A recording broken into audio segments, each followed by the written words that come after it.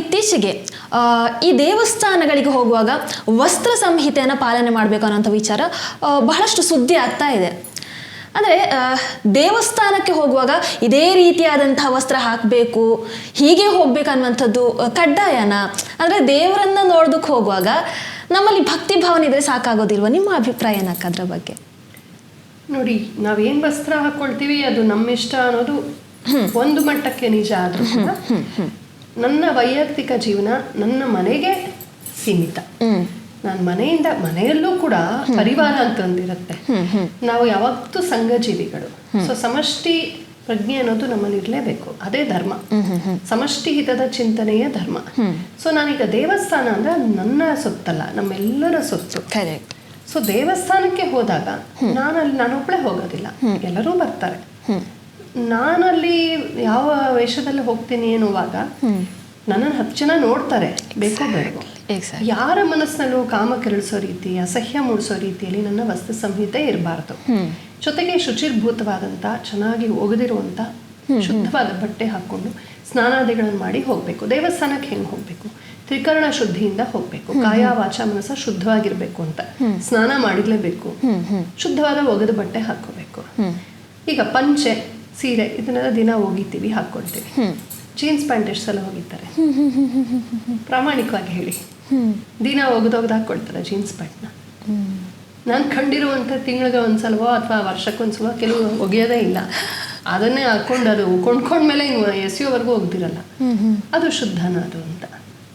ನನ್ನ ಇಷ್ಟ, ನನ್ನ ಭಕ್ತಿ ಅಂತ ಇವನು ದೇವಸ್ಥಾನಕ್ಕೆ ಬರ್ಬೋದು, ಇವ್ರು ದೇವಸ್ಥಾನಕ್ಕೆ ಬರ್ಬೋದು. ಆದರೆ ಆ ರೀತಿ ಅಶುಚಿಯಾದಂಥ ಬಟ್ಟೆ ಹಾಕ್ಕೊಂಡು ಬಂದಾಗ ಇನ್ಯಾರೋ ಒಬ್ರು ತುಂಬ ಭಕ್ತಿಯಿಂದ ಬೆಳಗ್ಗೆದ್ದು ಸ್ನಾನ ಮಾಡಿ ಆಗಿ ಬಂದವ್ರಿಗೆ ಅಯ್ಯೋ ನಮ್ಮ ದೇವಸ್ಥಾನ ಮೈಲ್ಗೆ ಆಯ್ತಲ್ಲ, ಯಾವುದೋ ಗಬ್ಬು ಬಟ್ಟೆ ಹಾಕೊಂಡ್ ಅನ್ಸುತ್ತೋ ಇಲ್ವೋ?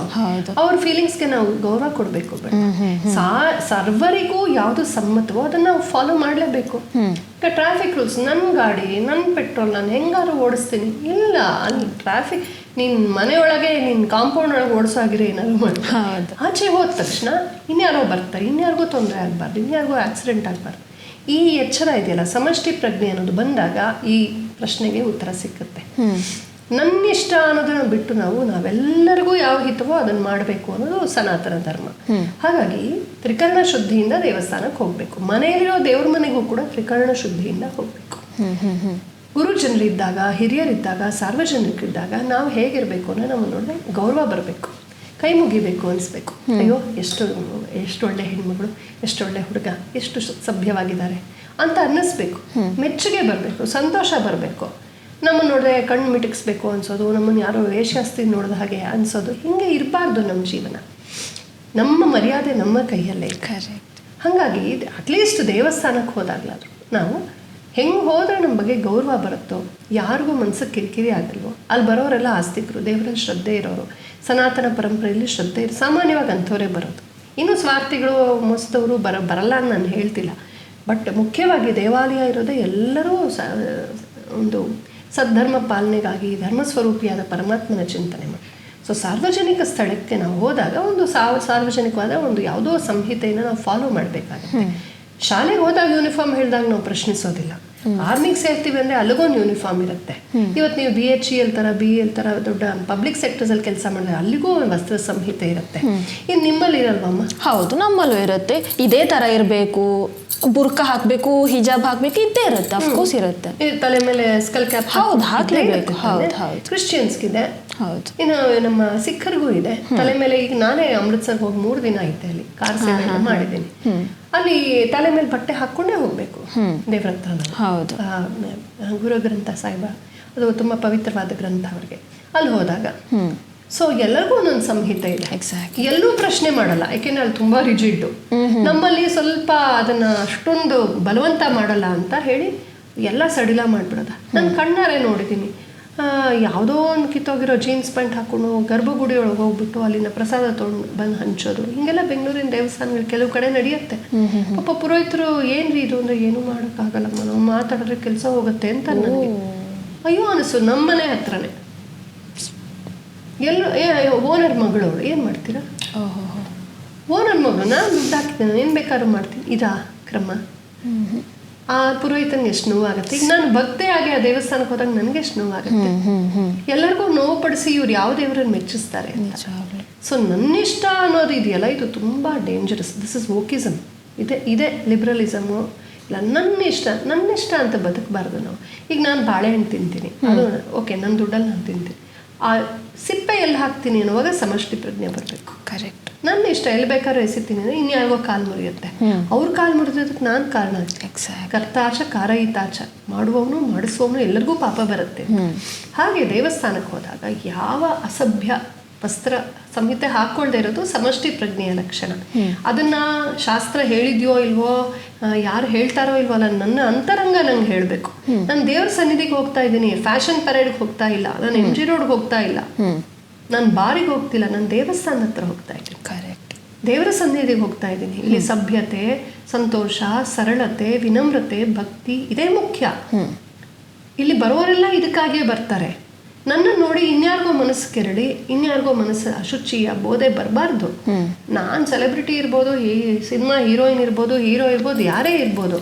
ಅದು ಇಲ್ಲಿ ಬಂದಾಗ ನಾನು ದೇವರ ಭಕ್ತ ಅನ್ನೋ ಒಂದು ಕನಿಷ್ಠ ಮಟ್ಟದ ಒಂದು ಪ್ರಜ್ಞೆ ಇದ್ದಿದ್ರೆ ಬಹುಶಃ ನಮ್ಮ ಸಿನಿಮಾಗಳಲ್ಲಿ ಇಷ್ಟು ಕೆಟ್ಟದಾಗಿ ನಮ್ಮ ದೇವಸ್ಥಾನದ ಪುಷ್ಕರಣಿಗಳ ಮೇಲೆ ಅರೆನಗ್ನ ಹೀರೋಯಿನ್ಗಳು ಕುಣಿಯೋದನ್ನು ತೋರಿಸ್ತಾ ಇರಲಿಲ್ಲ. ಆ ಪ್ರಜ್ಞೆ ಇದ್ದಿದ್ರೆ ನಮ್ಮ ಡೈರೆಕ್ಟರ್ಗಳಿಗೆ, ನಟ ನಟಿಯರಿಗೆ. ಇವರೇ ರೋಲ್ ಮಾಡೆಲ್ ಆಗಿಬಿಟ್ಟಿದ್ದಾರೆ ಅನ್ಯಾಯವಾಗಿ. ಯಾರನ್ನ ಕೇವಲ ಕಲಾವಿದರು ಅಂತ ನೋಡಿ ಚಪ್ಪಾಳೆ ತಟ್ಟು ಪಕ್ಕಕ್ಕಿಡಬೇಕಾಗಿತ್ತೋ ಅವರು ತೋರಿಸುವ ಅಶ್ಲೀಲವಾಗಿ ನಮಗೆ ಇದಾಗೋಗ್ಬಿಟ್ಟಿದೆ. ದೇವಸ್ಥಾನದ ಹಿನ್ನೆಲೆಯಲ್ಲೇ ಎಲ್ಲ ಇವ್ರದ್ದು. ಇದು ತುಂಬ ತಪ್ಪು. ರಾಂಗ್ ರೋಲ್ ಮಾಡೆಲ್ಸ್ನ ತೋರಿಸಿದ್ದಾರೆ. ಯಾರೇ ಆಗಲಿ ದೇವಸ್ಥಾನಕ್ಕೆ ಹೋಗುವ ಗೌರವ ಇದೆಯಾ? ದೇವಸ್ಥಾನಕ್ಕೆ ಹೋಗು. ಗೌರವ ಇದ್ಮೇಲೆ ಕೆಲವು ಸಂಹಿತೆಗಳನ್ನು ಪಾಲಿಸ್ಬೇಕು. ನಮ್ಮಲ್ಲಿ ಇಸ್ಲಾಮಲ್ಲಿರೋ ಥರ, ಕ್ರಿಶ್ಚಿಯಾನಿಟಿಯಲ್ಲಿರೋ ಥರ, ಇತರ ಮತಗಳಿರೋ ಅಷ್ಟು ಕಠಿಣವಾದ ವಿಧಿಗಳಿಲ್ಲ. ಹಿಂಗೆ ಇರಬೇಕು, ಇದರ ಆಚರಣೆ. ಈಗ ನಿಮ್ಮಲ್ಲಿ ಯಾರಾದ್ರೂ ಅದಿಲ್ಲದೆ ಬೇರೆ ಥರ ಹೋದ್ರೆ ಬಿಡ್ತಾರ? ಆಚೆ ಹಾಕ್ತಾರೆ, ಪನಿಷ್ ಮಾಡ್ತಾರೆ, ಫತ್ವಾ ಹಾಕ್ತಾರೆ. ನಮ್ಮಲ್ಲಿ ಆ ಥರ ಇಲ್ಲ. ಯಾಕೆಂದರೆ ಅವರವರೇ ಪಾಲಿಸ್ಲಿ ಅಂತ. ಆದರೆ ಈಗ ರಸ್ತೆನಲ್ಲಿ ಎಲ್ಲರೂ ಸರಿಯಾಗಿ ಹೋದರೆ ಟ್ರಾಫಿಕ್ ಸಿಗ್ನಲು ಬೇಡ, ಟ್ರಾಫಿಕ್ ಪೊಲೀಸು ಬೇಡ, ಫೈನು ಬೇಡ. ಈಗ ಯಾರ ಬೇರೆ ಓಡಿಸ್ಕೊಂಡು ಆಕ್ಸಿಡೆಂಟ್ಗಳು ಮಾಡಿದ್ರೆ ಏನು ಮಾಡಬೇಕಾಗತ್ತೆ? ಅಲ್ಲೊಂದು ಸರ್ಕಲ್ ಬರುತ್ತೆ, ಟ್ರಾಫಿಕ್ ಸಿಗ್ನಲ್ ಬರುತ್ತೆ, ಪೊಲೀಸ್ ಬರ್ತಾನೆ. ಅದೇ ಸ್ಥಿತಿ ಇವತ್ತು ಸನಾತನ ಧರ್ಮಕ್ಕೆ ಬಂದಿದೆ. ನನ್ನ ಇಷ್ಟ, ನನ್ನ ಸ್ವಾತಂತ್ರ್ಯ ಅನ್ನೋ ನೆಪದಲ್ಲಿ ಮೆಕಾಲೆ ಎಜುಕೇಷನಲ್ಲಿ ತಲೆ ಕೆಡಿಸ್ಕೊಂಡಿರುವಂಥ ಯುವ ಪೀಳಿಗೆ ಮುಖ್ಯವಾಗಿ ಹೋಗಬಾರದ ವೇಷಭೂಷೆಗಳಲ್ಲಿ ಹೋಗ್ತಾರೆ. ಬರ್ಮುಡ ಹಾಕೊಂಡು ಹೋಗ್ತಾರೆ, ಅಶ್ಲೀಲವಾಗಿ ಹೋಗ್ತಾರೆ, ಮೇಲೆ ಕೆಳಗೆ ಎಲ್ಲ ಕಡೆ ತುಂಬ ಕೆಟ್ಟದಾಗಿ ಕಾಣಿಸೋ ಥರ ಹೋಗ್ತಾರೆ. ಅಲ್ಲಿ ಬರೋರಿಗೆ ಎಷ್ಟು ನೋವಾಗುತ್ತೆ ಪಾಪ. ಅವ್ರ ಸ್ವಂತ ಅಜ್ಜಿ ತಾತನಿಗೆ ಅಯ್ಯೋ ನಮ್ಮ ಮೊಮ್ಮಗಳು ಮಗ ಈ ಥರ ಬನ್ನಿ ಅನ್ಸುತ್ತೋ ಇಲ್ವೋ? ತಂದೆ ತಾಯಿಗೆ, ಅಜ್ಜಿ ತಾತನಿಗೆ, ಆಸ್ತಿಕರಿಗೆ ನೋವು ಪಡಿಸಿ ಇವ್ರು ಯಾಕೆ ಬರ್ಬೇಕು ದೇವಸ್ಥಾನಕ್ಕೆ ಅಂತ ಬರೋದೇ ಇಲ್ಲ. ಐ ಡೋಂಟ್ ಕೇರ್ ಅಂತ. ಏನಾದ್ರು ಸಂಹಿತೆ ಹೇಳಕ್ ಹೋದ್ರೆ ದೇವಸ್ಥಾನಕ್ಕೆ ಬರೋದನ್ನೇ ಬಿಟ್ಬಿಡ್ತಾರೆ. ಎಷ್ಟು ಅಹಂಕಾರ ಅಂತ. ನಿಜವಾಗ್ಲು ಅದೇ ಇವರು ಅಮೆರಿಕದಲ್ಲಿ ಯಾವುದೋ ಒಂದು ಕಡೆ ಸೇರಿಕೊಂಡು ಯಾವುದೋ ಕಂಪನಿಗೆ ಅಲ್ಲಿ ರೂಲ್ಸ್ ಹಾಕಿದ್ರೆ ಬಾಯಿ ಮುಚ್ಕೊಂಡು ಫಾಲೋ ಮಾಡ್ತಾರೆ. ಗಲ್ಫ್ ಕಂಟ್ರೀಸಲ್ಲಿ ಇವ್ರು ಯಾವುದೋ ಮಸೀದಿನೋ ಅದೋ ಇದೋ ಮತ್ತೊಂದು ನೋಡೋಕೆ ಹೋದಾಗ ಇಲ್ಲಿನವರು ಹೋಗಿ ಬುರ್ಕಾ ಹಾಕೊಂಡು ಒಳಗಡೆ ನೋಡ್ಕೊಂಡು ಬರ್ತಾರೆ. ಆವಾಗ ಇವ್ರಿಗೆ ತೊಂದರೆ ಆಗೋದಿಲ್ಲ. ನಮ್ಮದೇ ದೇಶದಲ್ಲಿ, ನಮ್ಮದೇ ಪರಮಾತ್ಮನಿಗೆ, ನಮ್ಮದೇ ಸಂಸ್ಕೃತಿಯಲ್ಲಿರುವಂಥ ಕೆಲವು ಸಭ್ಯ ಸುಂದರವಾದ ನಿಯಮಗಳನ್ನು ಪಾಲಿಸೋಕೆ ಯಾಕೆ ಇಷ್ಟೊಂದು ಅಹಂಕಾರ ಅಂತ ಹಿರಿಯರು ಹೇಳಿದ್ರೆ ಪಾಲಿಸೋಣ. ಪಾಪ ಬಡಪಾಯಿ ಪುರೋಹಿತರ ಮೇಲೆ ತೋರಿಸೋದು. ಆ ಪುರೋಹಿತರಿಗೆ ಈಗ ಪಾಪ ಬದುಕೋದೇ ಕಷ್ಟ ಆಗೋಗಿದೆ.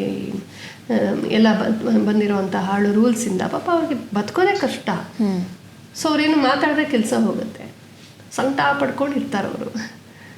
ಇನ್ನು ನಾವು ಶ್ರೀಮಂತರು ಕಾರಲ್ಲಿ ಬಂದು ಇಳಿತೀವಿ, ನಾವು ಹೀಗೆ ಇಲ್ಲಿಂದ ನಾವು ಇನ್ನೆಲ್ಲ ಹೋಗಬೇಕು, ಹೋಟ್ಲ್ ಹೋಗಬೇಕು.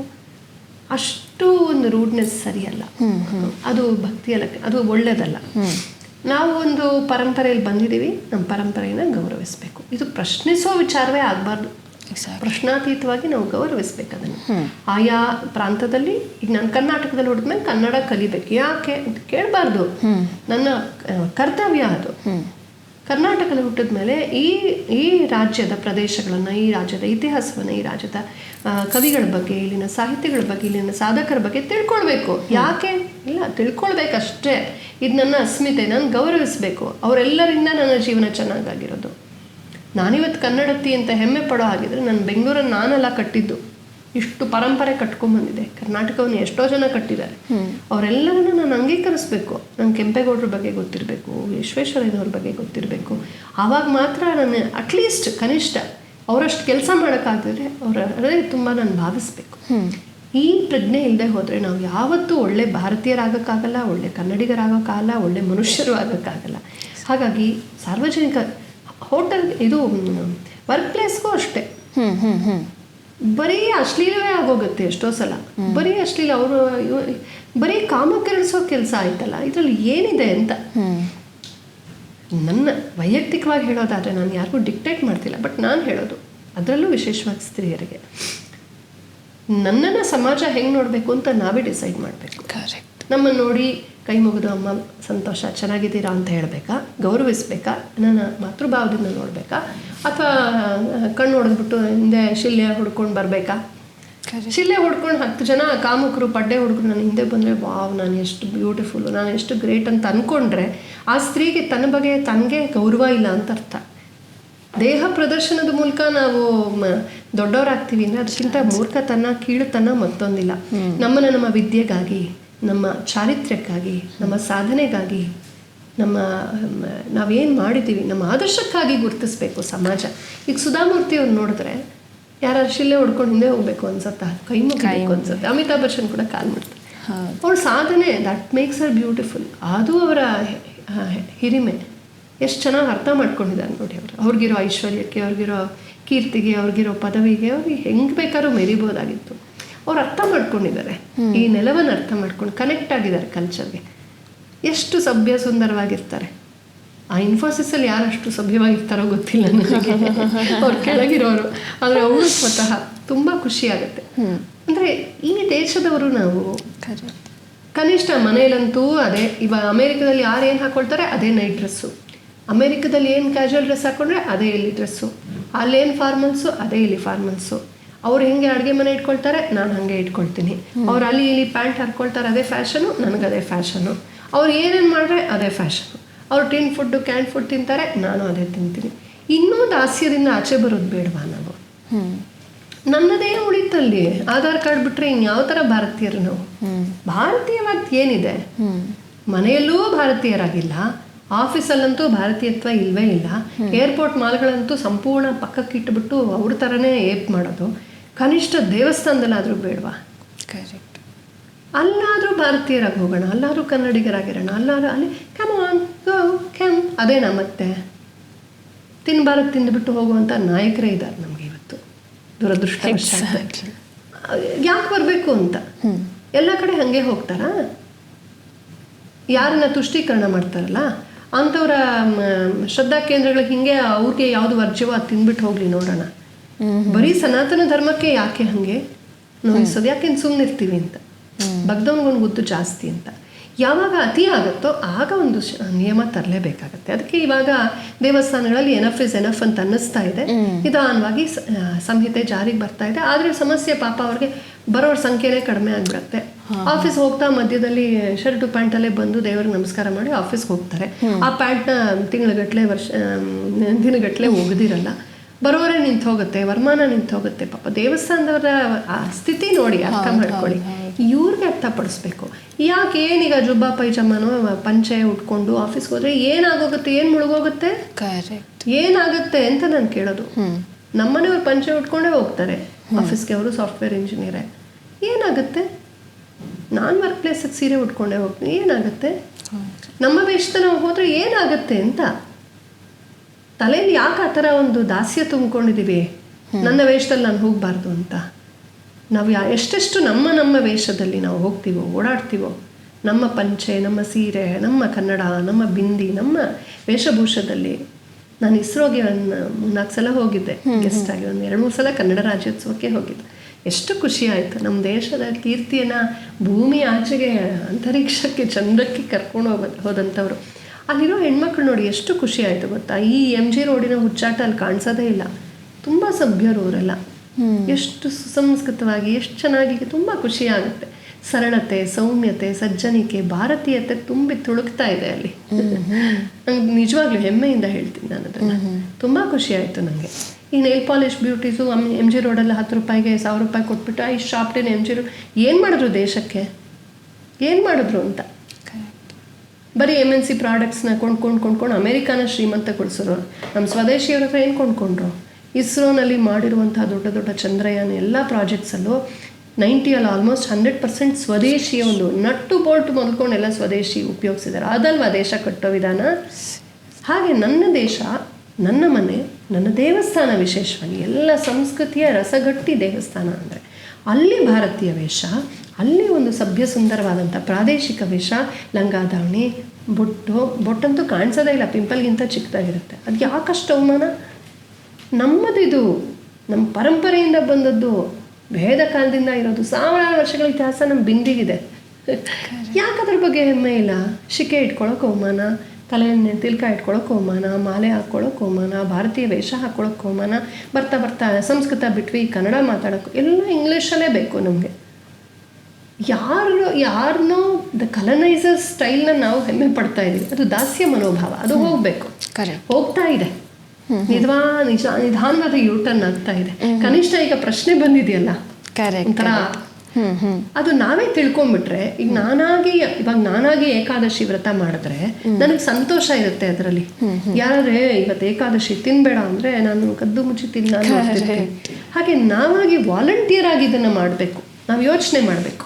ನಾನು ಕೈ ಮುಗಿದು ಕೇಳ್ಕೊಳ್ತೀನಿ, ದಯವಿಟ್ಟು ಈ ಥರ ಉಡಾಫೆಯ ಪ್ರಶ್ನೆ ಬಿಟ್ಟು, ಇದು ಸಮಷ್ಟಿ ಹಿತದ ದೃಷ್ಟಿಯಿಂದ, ಧರ್ಮ, ದೇಶ ಇದರ ರಕ್ಷಣೆಯ ದೃಷ್ಟಿಯಿಂದ, ಕಲ್ಚರಲ್ ಐಡೆಂಟಿಟಿ, ನಮ್ಮ ಸಾಂಸ್ಕೃತಿಕ ಅಸ್ಮಿತೆ, ಇದನ್ನು ಉಳಿಸೋದ್ರಲ್ಲಿ ನಂದೂ ಜವಾಬ್ದಾರಿ ಇದೆ ಅಂತ ತಿಳ್ಕೊಂಡು ನಮ್ಮ ಮಕ್ಕಳಿಗೆ, ಹೆಣ್ಮಗು ಆಗಲಿ ಗಂಡು ಮಗು ಆಗಲಿ, ಬರೀ ಹೆಣ್ಮಕ್ಳಿಗೆ ರೂಲ್ಸ್ ಹೇಳ್ಬೇಡಿ, ಹೆಣ್ಮಕ್ಳಿಗೆ ಅದಕ್ಕೆ ಕೋಪ, ಎಲ್ಲ ಹೆಣ್ಮಕ್ಳು ನಂಗೆ ಅದೇ ಕೇಳೋದು, ಯಾಕೆ ನಮಗೆ ರೂಲ್ಸ್ ಹೇಳ್ತೀರಾ ಅಂತ. ಎಲ್ಲರೂ ಪಾಲಿಸೋಣ, ಪುರುಷರು ಪಾಲಿಸ್ಲಿ, ಹೆಣ್ಮಕ್ಳೇ ಜಾಸ್ತಿ ಪಾಲಿಸೋದು. ಹಂಗೆ ನೋಡಿದ್ರೆ ಸೀರೆ ಉಟ್ಕೊಂಡು ಹೆಣ್ಮಕ್ಳು ಆಫೀಸ್ ಹೋಗ್ತಾರೆ, ಎಷ್ಟು ಜನ ಗಂಡಸರು ಪಂಚೆ ಉಟ್ಕೊಂಡು ಹೋಗ್ತಾರೆ ಪ್ರಶ್ನೆ ಕೇಳಬೇಕು ನಾವು. ಎಲ್ಲರೂ ಪಾಲಿಸೋಣ, ಮನೆ ಮಂದಿ ಎಲ್ಲ ಪಾಲಿಸೋಣ. ನಿಮ್ಮ ಕಾರಲ್ಲೋ ನಿಮ್ಮ ಬೈಕಲ್ಲೋ ಒಂದು ಕವರಲ್ಲಿ ಇಟ್ಟಿರಿ, ಅಲ್ಲಿ ಒಂದು ಪಂಚೆ, ಲುಂಗಿ ಅಥವಾ ನಿಮ್ಮ ಶಲ್ಯ ಅಥವಾ ಇಂಥದ್ದು ಇಟ್ಟಿರಿ, ಹಾಕ್ಕೊಳ್ಳಿ ಸಂತೋಷವಾಗಿ. ಯಾಕೆ ಆಗಬಾರ್ದು? ಅಲ್ಲಿ ಯಾವುದೋ ಕೆಲವು ದೇವಸ್ಥಾನಗಳಲ್ಲಿ ತುಂಬ ಮಡಿಯಾಗಿ ಮಾಡ್ತಾರೆ, ಅಲ್ಲಿನ ಪ್ರಾದೇಶಿಕ ಶಿಷ್ಟಾಚಾರ, ಶರ್ಟ್ ಬಿಚ್ಚಿ ಹೋಗ್ಬೇಕು ಗಂಡಸರು. ಯಾಕೆ ಗೊಣಗಾಟ? ಪಾಲಿಸಿ. ಕ್ಷೇತ್ರದ ಒಂದು ವಿಶೇಷ ಅದು, ಪಾಲಿಸೋಣ. ಹೌದು. ಅದೇ ನಾವು ಅಮೃತ್ಸರ್ಗೆ ಹೋದರೆ ತಲೆ ಮೇಲೆ ಸರಿಗೆ ಹಾಕೊಂಡ್ಬನ್ನಿ ಅಂತ, ನಾನು ದಕ್ಷಿಣ ಭಾರತೀಯಳು ಅಂತ ಹೇಳಿ ಇಲ್ಲ, ಅಲ್ಲಿ ಕ್ಷೇತ್ರದ ವಿಶೇಷ ಪಾಲಿಸೋಣ. ಇದು ಬಂದುಬಿಟ್ರೆ ಆಗ ನಮ್ಗೆ ಅರ್ಥ ಆಗುತ್ತೆ. ತ್ರಿಕರಣ ಶುದ್ಧಿಯಿಂದ ಹೋಗಬೇಕಾದ ಜಾಗಕ್ಕೆ ನನ್ನ ಇಷ್ಟ ಬಂದಂತೆ ಹೋಗ್ತೀನಿ, ನಾನು ಬೇಕಾದ ವೇಷ ಹಾಕ್ಕೊಳ್ತೀನಿ, ನಾನು ಬೇಕಾದ ತಿನ್ಕೊಂಡು ಹೋಗ್ತೀನಿ ಅಂದರೆ ಹೋಗ್ದಿರೋದು ವಾಸಿ, ಮನೇಲಿರೋದು ವಾಸಿ. ಬಟ್ ಹಾಗೆ ಹೇಳೋದ್ರಿಂದ ಅವ್ರಿಗೆ ಕೊನೆಗೆ ಆ ಧರ್ಮ, ಸಂಸ್ಕೃತಿ, ದೇವಸ್ಥಾನ ಕನಿಷ್ಠ ಹೋಗ್ತಾರಲ್ಲ ಅದೂ ನಿಂತೋಗುತ್ತೇನೋ ಅನ್ನೋ ಭಯಕ್ಕೆ ಪಾಪ ಹಿರಿಯರು ಹೇಳ್ತಿಲ್ಲ. ಆದರೆ ಶಾಲೆಗಳಲ್ಲಿ ಶಿಕ್ಷಕರು, ಪೋಷಕರು ಮುಕ್ತವಾಗಿ ಇದ್ರ ಬಗ್ಗೆ ಮಕ್ಕಳಿಗೆ ಹೇಳಬೇಕು.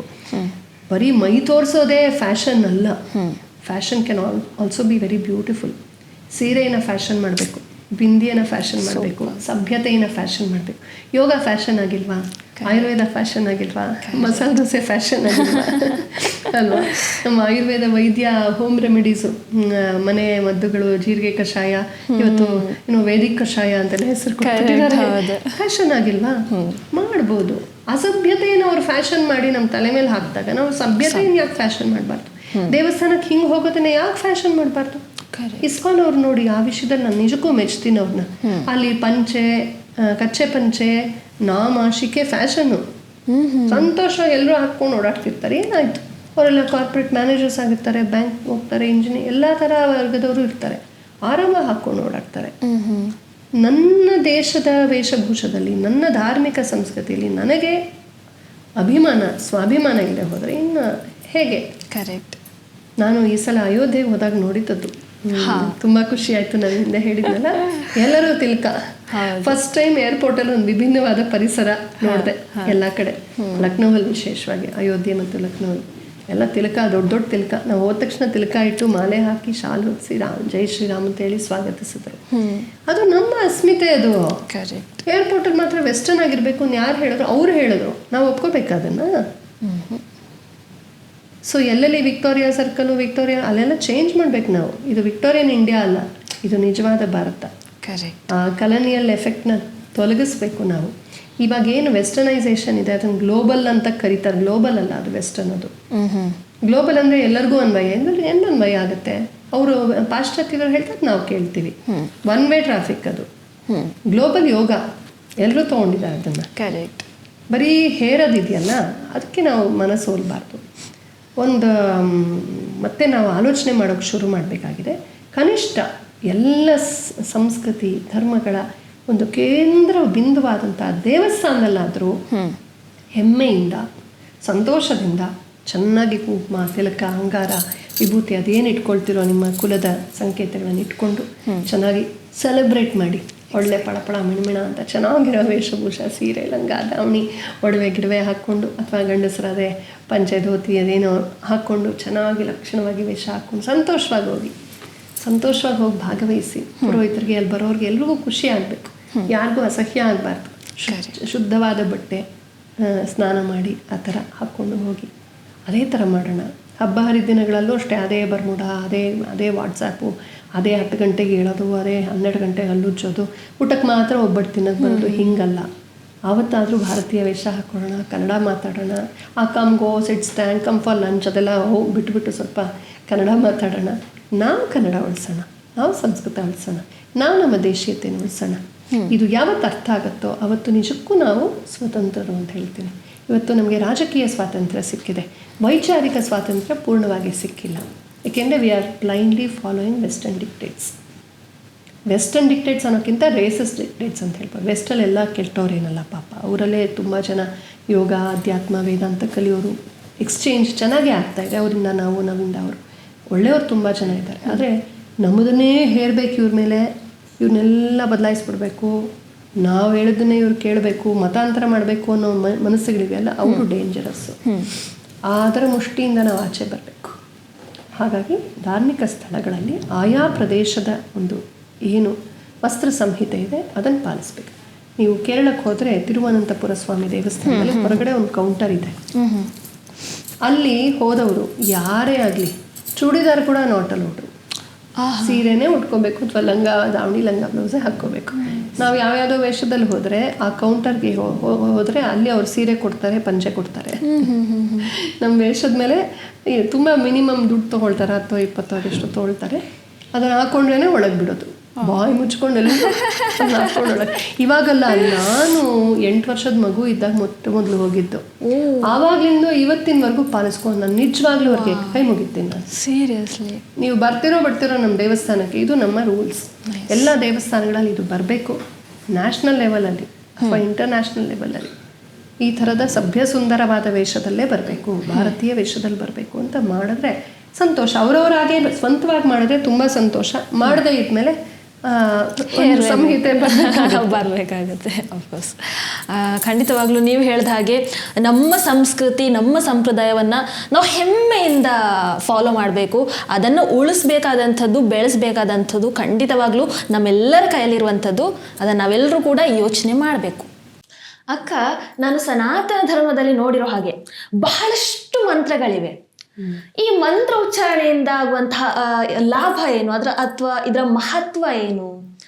ಆಮೇಲೆ ಈ ಮಂತ್ರಗಳಲ್ಲಿ ಇದು ಶ್ರೇಷ್ಠ ಮಂತ್ರ ಅಂತ ಯಾವುದಾದ್ರೂ ಇದೆಯಾ? ಒಳ್ಳೆ ಪ್ರಶ್ನೆನೇ. ಮನನಾತ್ ತ್ರಾಯತೆ ಇತಿ ಮಂತ್ರ ಅಂತ ಹೇಳ್ತಾರೆ. ಮಂತ್ರ ಶಬ್ದಕ್ಕೆ ತುಂಬ ಹಲವಾರು ಆಯಾಮಗಳಲ್ಲಿ ಅರ್ಥಗಳನ್ನು ನೋಡ್ಬೋದು. ಈಗ ಸಾಮಾನ್ಯವಾಗಿ ತುಂಬ ಪ್ರಸಿದ್ಧವಾದ ಅರ್ಥ ಮಂತ್ರ ಅಂದರೆ ದೇವರಿಗೆ ಸಂಬಂಧಪಟ್ಟಂಥ ಮಂತ್ರಗಳು, ವಿಷ್ಣು ಮಂತ್ರ, ಶಿವ ಮಂತ್ರ, ಗಣಪತಿ ಮಂತ್ರ ಅಂತ. ಮಂತ್ರ ಅಂತಂದರೆ ಸಮಾಲೋಚನೆ, ಡಿಸ್ಕಷನ್ನು, ಅಡ್ವೈಸು, ಸಲಹೆ, ಆಮೇಲೆ ಒಂದು ಆಪ್ತ ಸಲಹೆ ಎಲ್ಲ ಅರ್ಥನೂ ಬರುತ್ತೆ. ಈಗ ಮಂತ್ರಣ ಅಂತ ಹೇಳ್ತಾರಲ್ಲ, ಮಂತ್ರಣ ಅಂದರೆ ಚರ್ಚೆ ಅಂತ, ಸಭೆಯಲ್ಲಿ ಕೂತ್ಕೊಂಡೆಲ್ಲ ಚರ್ಚೆ ಮಾಡೋದು. ಅದಕ್ಕೆ ಮಂತ್ರಾಲಯ ಅಂತ ಹೇಳ್ತಾರೆ. ಮಂತ್ರಿಮಂಡಲಕ್ಕೆ ಮಂತ್ರಿ ಅಂತ ಹೆಸರು ಅದಕ್ಕೆ. ಅವನು ತುಂಬ ಪ್ಲ್ಯಾನ್ ಮಾಡಿ, ಯೋಚನೆ ಮಾಡಿ, ಡಿಸ್ಕಸ್ ಮಾಡಿ ಎಲ್ಲ ವಿಚಾರಗಳನ್ನು ಅಂದರೆ ಆ ಯೋಜನೆಗಳನ್ನು ಅಳವಡಿಸ್ತಾನೆ ಅನ್ನೋ ಕಾರಣಕ್ಕಾಗಿ ಮಂತ್ರಿ ಅಂತ ಅವನಿಗೆ ಹೆಸರು. ಈ ಥರದ್ದೆಲ್ಲ ಅರ್ಥ ಬರುತ್ತೆ ಮಂತ್ರ ಶಬ್ದಕ್ಕೆ. ದುರ್ಮಂತ್ರಣ, ಕುಮಂತ್ರಣ ಅಂದರೆ ಕೆಟ್ಟ, ಇವಾಗ ಮಂಥರೆ ಮಾಡಿದ್ಲಲ್ಲ ಕೈಕೇಯಿಗೆ, ದುರ್ಮಂತ್ರಣ ಅಥವಾ ಕುಮಂತ್ರಣ. ಸುಮಂತ್ರಣ, ಸುಮಂತ್ರ ಅಂದರೆ ಒಳ್ಳೆ ವಿಚಾರ, ಒಳ್ಳೆ ಸಲಹೆ ಕೊಡುವಂಥದ್ದು ತತ್ಕಾಲಕ್ಕೆ. ಈಗ ಜಾಂಬವಂತ ಹನುಮಂತಂಗೆ ಕೊಟ್ಟಂತೆ ಆ ಥರ, ಈ ಥರ ಎಲ್ಲ ಬರುತ್ತೆ. ಸೊ ಮಂತ್ರ ಶಬ್ದಕ್ಕೆ ಹಲವಾರು ಅರ್ಥಗಳು ಬರುತ್ತೆ. ಮನನ ಅಂತ ಅರ್ಥ ಬರುತ್ತೆ, ಆಮೇಲೆ ಡಿಸ್ಕಷನ್ನು, ಚರ್ಚೆ ಅಂತ ಅರ್ಥ ಬರುತ್ತೆ. ಆಳವಾಗಿ ಒಂದು ದೂರದೃಷ್ಟಿಯಿಂದ ವಿಷಯ ಕೇಳೋದು, ಉತ್ತರೋತ್ತರವಾಗಿ ಇದರ ಪ್ರಭಾವ ಏನು ಅಂತ ಯೋಚನೆ ಮಾಡುವಂಥದ್ದಾಗುತ್ತೆ. ಪ್ರೌಢರ ಚರ್ಚೆ ಅಂತಲೂ ಆಗುತ್ತೆ. ಈ ಥರ ಎಲ್ಲ ಅರ್ಥಗಳು ಬರುತ್ತೆ. ಇಲ್ಲಿ ನಾವು ಯಾವ ಮಂತ್ರಗಳ ಬಗ್ಗೆ ಮಾತಾಡ್ತಾ ಇದ್ದೀವಿ, ಇಲ್ಲಿ ಈ ವೈದಿಕ ವೇದದಲ್ಲಿ ಬರುವ ಎಲ್ಲವನ್ನೂ ಮಂತ್ರ ಅಂತಲೇ ಕರೆಯೋದು. ವೇದವಲ್ಲದ್ದು ವೇದೇತರವಾದದ್ದು ಏನೇನಿದೆ, ರಾಮಾಯಣ, ಮಹಾಭಾರತ, ಪುರಾಣಗಳು, ಆಗಮಗಳು, ಬೇಕಾದಷ್ಟು ನಮ್ಮ ಸಾಹಿತ್ಯ ವಾಂಗ್ಮಯ ಇದೆಯಲ್ಲ, ಅಲ್ಲಿ ಯಾವುದನ್ನು ಮಂತ್ರ ಅಂತ ಕರೆಯೋದಿಲ್ಲ. ಅಲ್ಲಿ ಮಂತ್ರಗಳನ್ನು ಹೇಳಿದ್ರೆ ಅದನ್ನು ಮಂತ್ರ ಅಂತ ಹೇಳ್ತೀವಿ. ಅದು ಬಿಟ್ಟರೆ ವೇದ ಮಾತ್ರ ಅಕ್ಷರವೂ ಮಂತ್ರವೇ. ಆ ರೀತಿ ನಮ್ಮ ಪರಂಪರೆ ನಂಬಿದೆ. ಸೊ ವೇದದ ಯಾವ ಭಾಗವನ್ನು ನಾವು ಬದಲಾಯಿಸೋದಿಲ್ಲ. ಪರಂಪರೆಯಲ್ಲಿ ಅದನ್ನು ಅಪೌರುಷೇಯ ಅಂತಲೂ ಕೂಡ ನಂಬುತ್ತಾರೆ. ಅಂದರೆ ಪೌರುಷೇಯ, ಪುರುಷ ಅಂದರೆ ಮನುಷ್ಯ, ಪೌರುಷೇಯ ಅಂದರೆ ಮನುಷ್ಯಕೃತ, ಅಪೌರುಷೇಯ ಅಂದರೆ ನ ಪೌರುಷೇಯ, ಮನುಷ್ಯಕೃತವಲ್ಲದ್ದು ಅಂತ. ಅದು ಹೆಂಗಪ್ಪ? ಮತ್ತು ಋಷಿಗಳು ವಿಶ್ವಾಮಿತ್ರ ಋಷಿ ಅಂತೆಲ್ಲ ಬಂತಲ್ಲ, ಅಂದರೆ ಇರುವ ಸತ್ಯವನ್ನು ಕಂಡ್ಕೊಂಡ್ರು ಅಂತ ಅರ್ಥ. ಪೌರುಷೇಯ ಅಂದರೆ ಮನುಷ್ಯ ಹೇಳಲೇ ಇಲ್ಲ, ಮನುಷ್ಯ ಬರೀಲೇ ಇಲ್ಲ ಅಂತಲ್ಲ, ಮನುಷ್ಯ ಗ್ರಹಿಸ್ತ ಅಂತ, ಸೃಷ್ಟಿ ಮಾಡಲಿಲ್ಲ ಅಂತ, ಹಂಗೆ ಅರ್ಥ ಮಾಡ್ಕೋಬೇಕು. ಸಂಪ್ರದಾಯಸ್ಥರು ಮತ್ತು ಸ್ವಲ್ಪ ಅದನ್ನು ಲಾಜಿಕಲ್ ಆಗಿ ನೋಡೋರು ಎಲ್ಲರೂ ಕೂಡ ಇಲ್ಲಿ ಒಂದು ಸಮಕ್ಕೆ ಬರೋಕ್ಕೆ ಸಾಧ್ಯವಿದೆ. ಏನಂದರೆ ಸತ್ಯ ಯಾವಾಗಲೂ ಇರುವಂಥದ್ದೇ. ಈಗ ಸೂರ್ಯನನ್ನು ನಾವು ಟೆಲಿಸ್ಕೋಪ್ ಇಟ್ಕೊಂಡು ಅಥವಾ ಯಾವುದೋ ಒಂದು ಮಾಧ್ಯಮದಲ್ಲಿ ನೋಡಿದ್ವಿ ಅಂದರೆ ಸೂರ್ಯನನ್ನು ಸೃಷ್ಟಿ ಮಾಡಿದ್ವಿ ಅಂತಲ್ಲ, ಅದ್ರ ಫೋಟೋ ತೆಗೆದಿಲ್ಲಿ ಹಾಕಿದ್ವಿ ಅಂದರೆ ಸೂರ್ಯನ ಬಗ್ಗೆ ಸ್ವಲ್ಪ ಏನೋ ಒಂದು ಚಿತ್ರಗಳನ್ನು, ಸತ್ಯಗಳನ್ನು ಗ್ರಹಿಸಿ ನಮಗೆ ಅರ್ಥ ಆಗೋ ಹಾಗೆ ತಂದು ಈ ಲೋಕದಲ್ಲಿ ಹೇಳಿದ್ವಿ ಅಂತ ಅರ್ಥ. ಹಾಗೆ ಪರಮ ಸತ್ಯಗಳನ್ನು ಈ ಜಗತ್ತಿನಲ್ಲಿ, ಲೋಕದ ಸತ್ಯ, ಲೋಕೋತ್ತರವಾದ ಸತ್ಯ, ಇವುಗಳನ್ನು ಕಂಡುಕೊಂಡಂಥ ಋಷಿಗಳು ಕಂಡುಕೊಂಡಂಥ ಎಕ್ಸ್ಟಸಿ, ಆನಂದದ ಒಂದು ಪಾರವಶ್ಯದಲ್ಲಿ ಅದು ಮಂತ್ರವಾಗಿ ಅವ್ರಿಗೆ ಗ್ರಾಹ್ಯವಾಯಿತು ಅಂತ. ಹಾಗಾಗಿ ಮಂತ್ರ ಶರೀರ ಹಿ ವೈ ದೇವಾ ಅಂತ ಬರುತ್ತೆ ವೇದದಲ್ಲಿ. ದೇವತೆಗಳು ಮಂತ್ರ ಶರೀರಿಗಳು ಅಂತ. ದೇವತೆಗಳು ಹೆಂಗಿರ್ತಾರೆ? ನಾವು ಟಿ ವಿನಲ್ಲಿ, ಸಿನಿಮಾನಲ್ಲಿ, ಸೀರಿಯಲ್ಗಳಲ್ಲಿ ನೋಡೋದೇನು, ಸಿಲ್ಕ್ ಪಂಚೆ ಉಟ್ಕೊಂಡಿರ್ತಾರೆ, ಕಿರೀಟ ಹಾಕ್ಕೊಂಡಿರ್ತಾರೆ, ಚೆನ್ನಾಗಿ ಡ್ರೆಸ್ ಮಾಡಿಕೊಂಡು ಓಡಾಡ್ಕೊಂಡಿರ್ತಾರೆ. ಇದು ಒಂದು ಎಸ್ಥಟೈಸೇಷನ್ನು, ದೇವತಾ ಶಕ್ತಿ. ಅವ್ರು ಹಾಗೆ ನಮ್ಮ ಹಾಗೆ ಎರಡು ಕೈ ಬದಲು 4 ಕೈ ಇರುತ್ತೆ. ಇದು ನಮ್ಮ ಕಲ್ಪನೆ, ಇದು ನಮ್ಮ ಭಕ್ತಿಗಾಗಿ, ಉಪಾಸನೆಗಾಗಿ ಬೇಕು ಆ ಥರ. ಆದರೆ ನಿಜಕ್ಕೂ ಲಲಿತಾ ಸಹಸ್ರನಾಮದಲ್ಲಿ ಬರುತ್ತೆ ನಾಮರೂಪ ವಿವರ್ಜಿತ ಅಂತ. 1000 ನಾಮಗಳಲ್ಲಿ ಒಂದು ನಾಮರೂಪ ವಿವರ್ಜಿತ. ನಾಮವೂ ರೂಪವೂ ಇಲ್ಲದೇ ಇರೋಳು ಅಂತ. ನಾಮರೂಪಾತೀತ ಪರಮಾತ್ಮ. ಆದರೆ ನಮ್ಮ ಭಕ್ತಿಗಾಗಿ ಅವನು ನಾಮರೂಪ ತಾಳ್ತಾನೆ. ಶ್ರೀರಾಮಕೃಷ್ಣ ಪರಮಹಂಸರು ಹೇಳ್ತಾರೆ, ನೀರು ಹೆಪ್ಪುಗಟ್ಟಿ ಹಿಮಗಡ್ಡೆ ಆಗೋದಿಲ್ವಾ, ಐಸ್ಬರ್ಗ್ ಆಗಲ್ವಾ, ಕರಗಿ ಮತ್ತೆ ನೀರಾಗೋದಿಲ್ವಾ? ಅದು ಅದರ ಲೀಲೆ.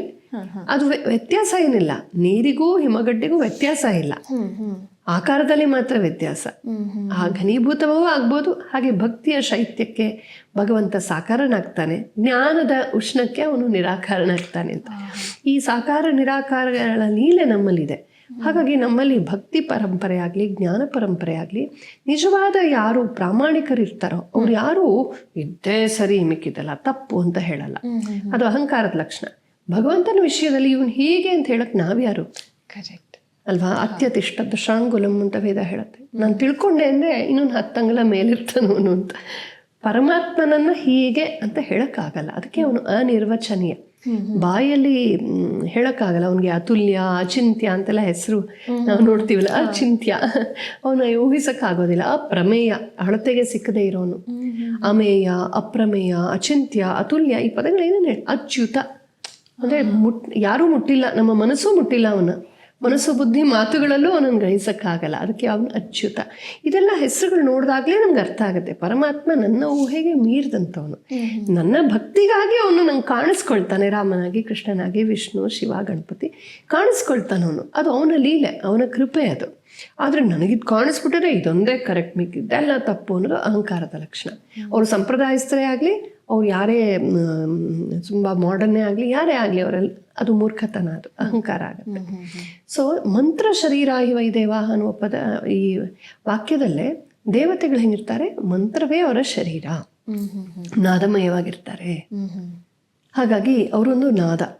ನಾವು ಫಿಸಿಕ್ಸಲ್ಲೂ ನೋಡ್ತೀವಿ, ಎಲ್ಲನೂ ಸೌಂಡ್ ಅಂತ. Everything is sound. ಒಂದು ವೈಬ್ರೇಷನು, ಆ ವೈಬ್ರೇಷನಿಂದ ಸೌಂಡ್ ಬರುತ್ತೆ. ಆ ಸೌಂಡಿಂದಲೇ ನಾಮಗಳು ಇತ್ಯಾದಿ. ಈ ಥರ ಸಂಬಂಧ ನಾವು ಫಿಸಿಕ್ಸಲ್ಲೂ, ಮಾಡರ್ನ್ ಫಿಸಿಕ್ಸಲ್ಲೂ ನೋಡ್ತೀವಿ. ಇಲ್ಲೂ ಕೂಡ ನಮ್ಮಲ್ಲಿ ನಾದ ಶರೀರಿ. ಸೊ ಒಂದು ನಾದ ಮೊದಲಿಂದಲೂ ಇದೆ. ಅದಕ್ಕೆ ಅನಾಹತ ನಾದ, ನ ಆಹತಂ, ಹೊಡೆದಿಲ್ಲ ಅಂದರೆ ಇವಾಗ ಶಬ್ದ ಹೆಂಗೆ ಬರುತ್ತೆ ಅಂತಂದರೆ ಬರುತ್ತೆ, ಹೊಡೆದಾಗ ಬರುತ್ತೆ. ಹೊಡೆದೇ ಇಲ್ಲ ಅಂದರೆ ಯಾರೂ ಉಂಟು ಮಾಡಿಲ್ಲ, ತಾನೇ ತಾನಾಗಿ ಇರುವಂಥದ್ದು. ಅನಾಹತ ಅಂತ ಅದನ್ನು ಓಂಕಾರ ಅಂತ ಹೇಳ್ತೀವಿ. ಈ ಓಂ ಅನ್ನೋದು ನಿನದಿಸ್ತಾನೆ ಇರುತ್ತೆ.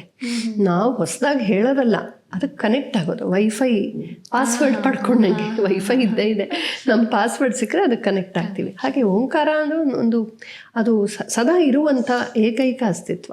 ಆ ಓಂಕಾರದಿಂದ ಹೊಮ್ಮುವಂಥದ್ದೇ ಹಲವಾರು ಬೀಜಗಳು. ಹ್ರೀಂ ರೋಂ ಬೇಕಾದಷ್ಟು ಬೀಜಗಳಿವೆ. ಆ ಬೀಜ ಮಂತ್ರಗಳ ಪ್ರಭಾವದಿಂದ ಅವುಗಳೇ ದೇವತಾ ಶಕ್ತಿಗಳು. ಇನ್ನೇನು ದೇವತೆಗಳು ಇನ್ಯಾರೂ ಅಲ್ಲ, ಬೀಜಗಳೇ ದೇವತೆಗಳು. ದೇವತಾ ಮಂತ್ರ ಹೆಂಗಿರುತ್ತೆ? ಓಂಕಾರ ಇರುತ್ತೆ, ಆಮೇಲೆ ಒಂದು ಬೀಜಾಕ್ಷರ ಇರುತ್ತೆ, ಅಲ್ಲಿ ದೇವತಾ ನಾಮ ಇರುತ್ತೆ, ಆಮೇಲೆ ನಮಃ ಅಂತ ಬರುತ್ತೆ ಅಲ್ವಾ. ಓಂ ಓಂ ತುಂ ದುರ್ಗಾದೇವಿಯೇ ನಮಃ ಅಂತಿರುತ್ತೆ. ಓಂ ಧಂ ದತ್ತಾತ್ರೇಯಾಯ ನಮಃ ಅಂತ ಬರುತ್ತೆ ಅಲ್ವಾ. ಓಂ ಗಂ ಗಣಪತಯೇ ನಮಃ ಅಂತ ಬರುತ್ತೆ. ಸೊ ಓಂ ಇದ್ದೇ ಇರುತ್ತೆ. ಆಮೇಲೆ ಒಂದು ಬೀಜಾಕ್ಷರ ಆ ದೇವತೆಗೆ ಸಂಬಂಧಪಟ್ಟಿಂಥದ್ದು. ಅಂದರೆ ಆಯಾ ಬೀಜದಲ್ಲಿ ಒಂದು ಶಕ್ತಿ ಇರುತ್ತೆ, ಒಂದು ರಹಸ್ಯ. ಅದು ಸೃಷ್ಟಿಯ ಒಂದು ರಹಸ್ಯ. ಈ ಸೃಷ್ಟಿಯಲ್ಲಿ ಏನೇನೋ ಸೃಷ್ಟಿ ತುಂಬ ಇರೋದು ಶಕ್ತಿ, ಚೈತನ್ಯ. ಮೈಕ್ರೋಸ್ಕೋಪ್ ಒಳಗೆ ನೋಡಿದ್ರೆ ಹೇಳ್ತಾರೆ ಎಲ್ಲವೂ it's A dance of energy ಅಂತ. ಆ ಎನರ್ಜಿ ಇದೆಯಲ್ಲ, ಅದು ಏನೇನೇನೇನೋ ಮಾಡುತ್ತೆ. ನಾವು ಊಹಿಸಲಾರದಷ್ಟು ಅದು ಅದ್ಭುತಗಳನ್ನು ಸೃಜಿಸಬಲ್ಲ, ಕ್ಷಣಂ ಪ್ರತಿ ಕ್ಷಣ. ಸೊ ಆ ಶಕ್ತಿ ಏನಿದೆ, ಆ ಶಕ್ತಿಯ ಒಂದು ವೈಶಿಷ್ಟ್ಯ, ಅದರ ಸಾಮರ್ಥ್ಯ, ಅದನ್ನು ತಿಳ್ಕೊಂಡಾಗ ನಮಗೆ ಅದು ಗ್ರಾಹ್ಯವಾಗುತ್ತೆ. ಆಗ ನಾವು ಪ್ರಾಜ್ಞರಾಗ್ತೀವಿ. ಒಂದೊಂದು ರಹಸ್ಯವನ್ನು ತಿಳ್ಕೊಂಡಂಥವನು ಅದನ್ನು ಬಳಸ್ಕೊಂಡು ಮನುಕುಲಕ್ಕೆ ಉಪಕಾರ ಮಾಡ್ಬೋದು. ಅವರೇ ಋಷಿಗಳು. ಹಾಗಾಗಿ ಅವ್ರಿಗೆ ಮಂತ್ರ ರೂಪದಲ್ಲಿ ದೇವತೆಗಳ ಸಾಕ್ಷಾತ್ಕಾರವಾಗುತ್ತೆ. ಅವರು ದೇವತೆ ಅಂದರೆ ನಾಮರೂಪಾತ್ಮಕವಾಗಿ ನಮ್ಮ ಸಂತೋಷಕ್ಕೆ, ನಮ್ಮ ಉಪಾಸನೆಗೆ ಅದು ಆ ರೂಪವನ್ನು ತಾಳ್ತಾರೆ. ಮಂತ್ರಗಳೇ ಮುಂದೆ ದೇವತೆಗಳಾಗೋದು. ಆ ದೇವತೆಗಳೇ ಈ ಸೃಷ್ಟಿ. ನೋಡಿ, ಇಂದ್ರ ಮಳೆಯ ದೇವತೆ, ವರುಣ ನೀರುಗಳ ದೇವತೆ, ಅಗ್ನಿ ಬೆಂಕಿಯ ದೇವತೆ, ಹೀಗೆಲ್ಲ ಇದೆ. ಅಷ್ಟದಿಕ್ಪಾಲಕರು ಇದೆಲ್ಲವೂ ಶಿವನ ಸ್ವರೂಪ ಅಂತ. ಇದೆ ಇಷ್ಟು ಕೂಡ ಒಂದೇ ಪರಮಾತ್ಮನ ಸ್ವರೂಪ ಅಂತ. ಈ ಒಂದೊಂದು ಅಗ್ನಿ ಮೂಲದ್ದು ಒಂದು ಬೀಜ ಮಂತ್ರ ಇರುತ್ತೆ, ವಾಯು ಮೂಲದ್ದೊಂದು ಬೀಜ ಮಂತ್ರ ಇರುತ್ತೆ. ಆ ಬೀಜ ಮಂತ್ರವನ್ನು ಸಾಕ್ಷಾತ್ಕರಿಸ್ಕೊಂಡಾಗ ಆ ಶಕ್ತಿಯ ಪರಿಚಯ ನಮಗಾಗತ್ತೆ. ಆ ಶಕ್ತಿ ತನ್ನಂತಾನು ನಮಗೆ ತೆರ್ಕೊಳ್ತಾ ಹೋಗುತ್ತೆ. ಇದು ಹೆಂಗಾಗತ್ತೆ? ಮನನಾತ್ ತ್ರಾಯತೆ ಇದೆ ಮಂತ್ರ. ಮನನದಿಂದ ಆಗತ್ತೆ. ಮನನದಿಂದ ನಾವು ಕಷ್ಟವನ್ನು ದಾಟ್ತೀವಿ. ತ್ರಾಯತೆ ಅಂದರೆ ದಾಟಿಸುತ್ತೆ ಅಂತ. ಏನು ಕಷ್ಟ? ಏನೋ ಸಂದೇಹ, ಏನೋ ಸಂದಿಗ್ಧ, ಏನೋ ಅಸ್ಪಷ್ಟತೆ, ಅಜ್ಞಾನ, ಇದೇನೋ ಇರುತ್ತಲ್ಲ ಬ್ಲಾಕು. ಪರಮಾತ್ಮನ ಅನಂತ ಜ್ಞಾನಕ್ಕೂ ನಮಗೂ ಮಧ್ಯದಲ್ಲಿ ಒಂದು ಬ್ಲಾಕ್ ಇದೆ. ಅದೇ ನಮ್ಮ ಅಜ್ಞಾನ, ನಮ್ಮ ಅಹಂಕಾರ, ವಾಟೆವರ್. ಅದನ್ನು ಹೋಗ್ಲಾಡಿಸಿ ನಮ್ಮನ್ನು ಕನೆಕ್ಟ್ ಮಾಡುತ್ತೆ. ವೈಫೈ ಕನೆಕ್ಟ್ ಮಾಡ್ದಂಗೆ ಈ ಮಂತ್ರ ಅನ್ನೋದು ಪಾಸ್ವರ್ಡ್ ಇದ್ದಂಗೆ ನಮ್ಮನ್ನು ಆ ಆ ಜ್ಞಾನ ನಾವೇನು ಕಂಡು ಹುಡುಕಲ್ಲ, ಅದು ಮೊದಲಿಂದಲೂ ಇದೆ. ನಾವು ಆ ಜ್ಞಾನದ ಕಿಡಿಗೆ, ಆದರೆ ಅಲ್ಲಿಂದ ಡಿಸ್ಕನೆಕ್ಟ್ ಆಗಿದ್ದೀವಿ. ಸೊ ನಮ್ಮನ್ನು ಅಲ್ಲಿ ವಾಪಸ್ ಕನೆಕ್ಟ್ ಮಾಡುತ್ತದೆ. ಇದು ಮಂತ್ರದ ಒಂದು ಅಭಿಪ್ರಾಯ, ಒಟ್ಟಾರೆ ಅಭಿಪ್ರಾಯ. ಈ ಥರ ಎಷ್ಟೋ ಮಂತ್ರಗಳಿವೆ, ಮಂತ್ರಶಾಸ್ತ್ರಗಳೇ ಇದ್ವು. ಹೊಸ ಹೊಸ ಹೊಸ ಮಂತ್ರಗಳು ಬರೋಕ್ಕೆ ಸಾಧ್ಯವೇ ಇದೆ. ಅದು ಅವರವ್ರಿಗೆ ಸಾಕ್ಷಾತ್ಕಾರದಲ್ಲಿ ಬರಬೇಕು. ನಾವು ಹಿಂಗೆ ಕೂತ್ಕೊಂಡು ಪೇಪರಲ್ಲಿ ಇದು ಹಾಗೆ ಹೀಗೆ ಅಂತ ಕವನ ಬರೆದಂತೆ ಮಂತ್ರ ಬರೆಯೋಕ್ಕಾಗಲ್ಲ. ಮಾಡಿದ್ರೂ ಅದು ಮಂತ್ರತ್ವ ಇರುತ್ತೋ ಇಲ್ವೋ ಗೊತ್ತಿಲ್ಲ. ಹಿಂದಿನ ನಮ್ಮ ಋಷಿಗಳು ಅದಕ್ಕಾಗಿ ತೆತ್ಕೊಂಡಿದ್ದಾರೆ. ನಾವು ಟೈಮೇ ಕೊಡಲ್ವಲ್ಲ ಅದಕ್ಕೆಲ್ಲ. ನಾವು ಎಲ್ಲಿ ಟೈಮ್ ಕೊಟ್ಟಿದ್ದೀವಿ ಇದಕ್ಕೆಲ್ಲ? ನಮಗೆ WhatsApp, Facebook, Instagram, TV, resort, mall, ಇದರಲ್ಲೇ ಟೈಮ್ ಹೊಟ್ಟೋಗುತ್ತೆ. ಅಡ್ವರ್ಟೈಸ್ಮೆಂಟ್ ನೋಡೋದು, ಮರಳಾಗೋದು, ಅದು ಹೋಗಿ ಕೊಂಡ್ಕೊಳ್ಳೋದು, ಮನೆ ತುಂಬಿಸ್ಕೊಳ್ಳೋದು, ಆಮೇಲೆ ಸಾಕಾಯಿತು ಅಂತ ಎಲ್ಲ ಬಿಸಾಕ. ನಮ್ಮ ಲೈಫೆಲ್ಲ ಬರೀ ಗ್ಯಾಡ್ಜೆಟ್ಸಲ್ಲಿ, ವಸ್ತುಗಳ ಪ್ರಪಂಚದಲ್ಲೇ ಹರಿಹಂಚಿ ಹೋಗಿದೆ. ನಮ್ಮ ಋಷಿಗಳು ಹಂಗಲ್ಲ. ಎಲ್ಲ ಕಾಲದಲ್ಲಿ ಎಲ್ಲರೂ ಋಷಿಗಳಿದ್ರು ಅಂತಲ್ಲ, ಯಾರು ಋಷಿಗಳಾಗಿದ್ರು ಅವರು ಈ ಸೃಷ್ಟಿಯ ಪರಮ ಸತ್ಯಗಳನ್ನು ತಿಳ್ಕೊಳ್ಳೋಕ್ಕಾಗಿ ತಮ್ಮನ್ನು ತಾವು ತೆತ್ತುಕೊಂಡ್ರು. ಅವರು ಏಕಾಂತಕ್ಕೆ ಹೋಗಿ ಮನನ ಮಾಡಿ ಸುದೀರ್ಘ ಕಾಲ ಮಂತ್ರಗಳನ್ನು ಉಚ್ಚಾರ ಮಾಡಿ ಓಂಕಾರವನ್ನು ಹೇಳಿ ಈ ರಿಂಕಾರಾದಿ ಬೀಜ ಮಂತ್ರಗಳನ್ನು ಜಪಿಸಿ ತಪ್ಪಿಸಿ ಮನನ ಮಾಡಿ, ಮನನಾಥ ತ್ರಾಯತೆ ಅಂತಿದೆ, ಜಪಾತ್ರಾಯತೆ ಅಂತಿಲ್ಲ. ಕೇವಲ ಬಾಯಲ್ಲಿ ಹೇಳಿದ್ದಕ್ಕಲ್ಲ, ಆ ಬಾಯಲ್ಲಿ ಹೇಳ್ತಾ ಅದರ ಒಂದು ಯಾವುದೋ ಒಂದು ವೈಬ್ರೇಷನ್ ಇರುತ್ತೆ, ಅದರಲ್ಲಿ ಏನೋ ಒಂದು ಅಂತರಾರ್ಥ ಇರುತ್ತೆ, ಕೋಡ್ ಇದ್ದಂಗೆ, ಸೀಕ್ರೆಟ್ ಕೋಡ್ ಇದ್ದಂಗೆ. ಅದನ್ನು ನಾವು ತಿಳ್ಕೊಳ್ತಾ ಹೋಗಬೇಕು. ಎಲ್ಲೋ ಪರಂಪರೆಯಲ್ಲಿ ಲಿಂಕ್ ಹೋಗಿದೆ ನಮಗೆ.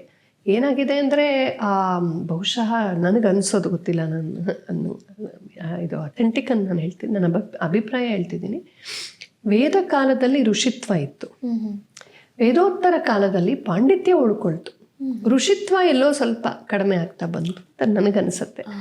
ಋಷಿತ್ವ ಇರುವ ಕಾಲದಲ್ಲಿ ತುಂಬ ಸ್ಮೃತಿಗಳು ಬಂದು ಕಾಲ ಕಾಲಕ್ಕೆ ಅಪ್ಡೇಟ್ ಮಾಡಿ ಸ್ಮೃತಿಗಳನ್ನು ರಚನೆ ಅಂದರೆ ಧರ್ಮಶಾಸ್ತ್ರಗಳನ್ನು ರಚಿಸಿದ್ರು.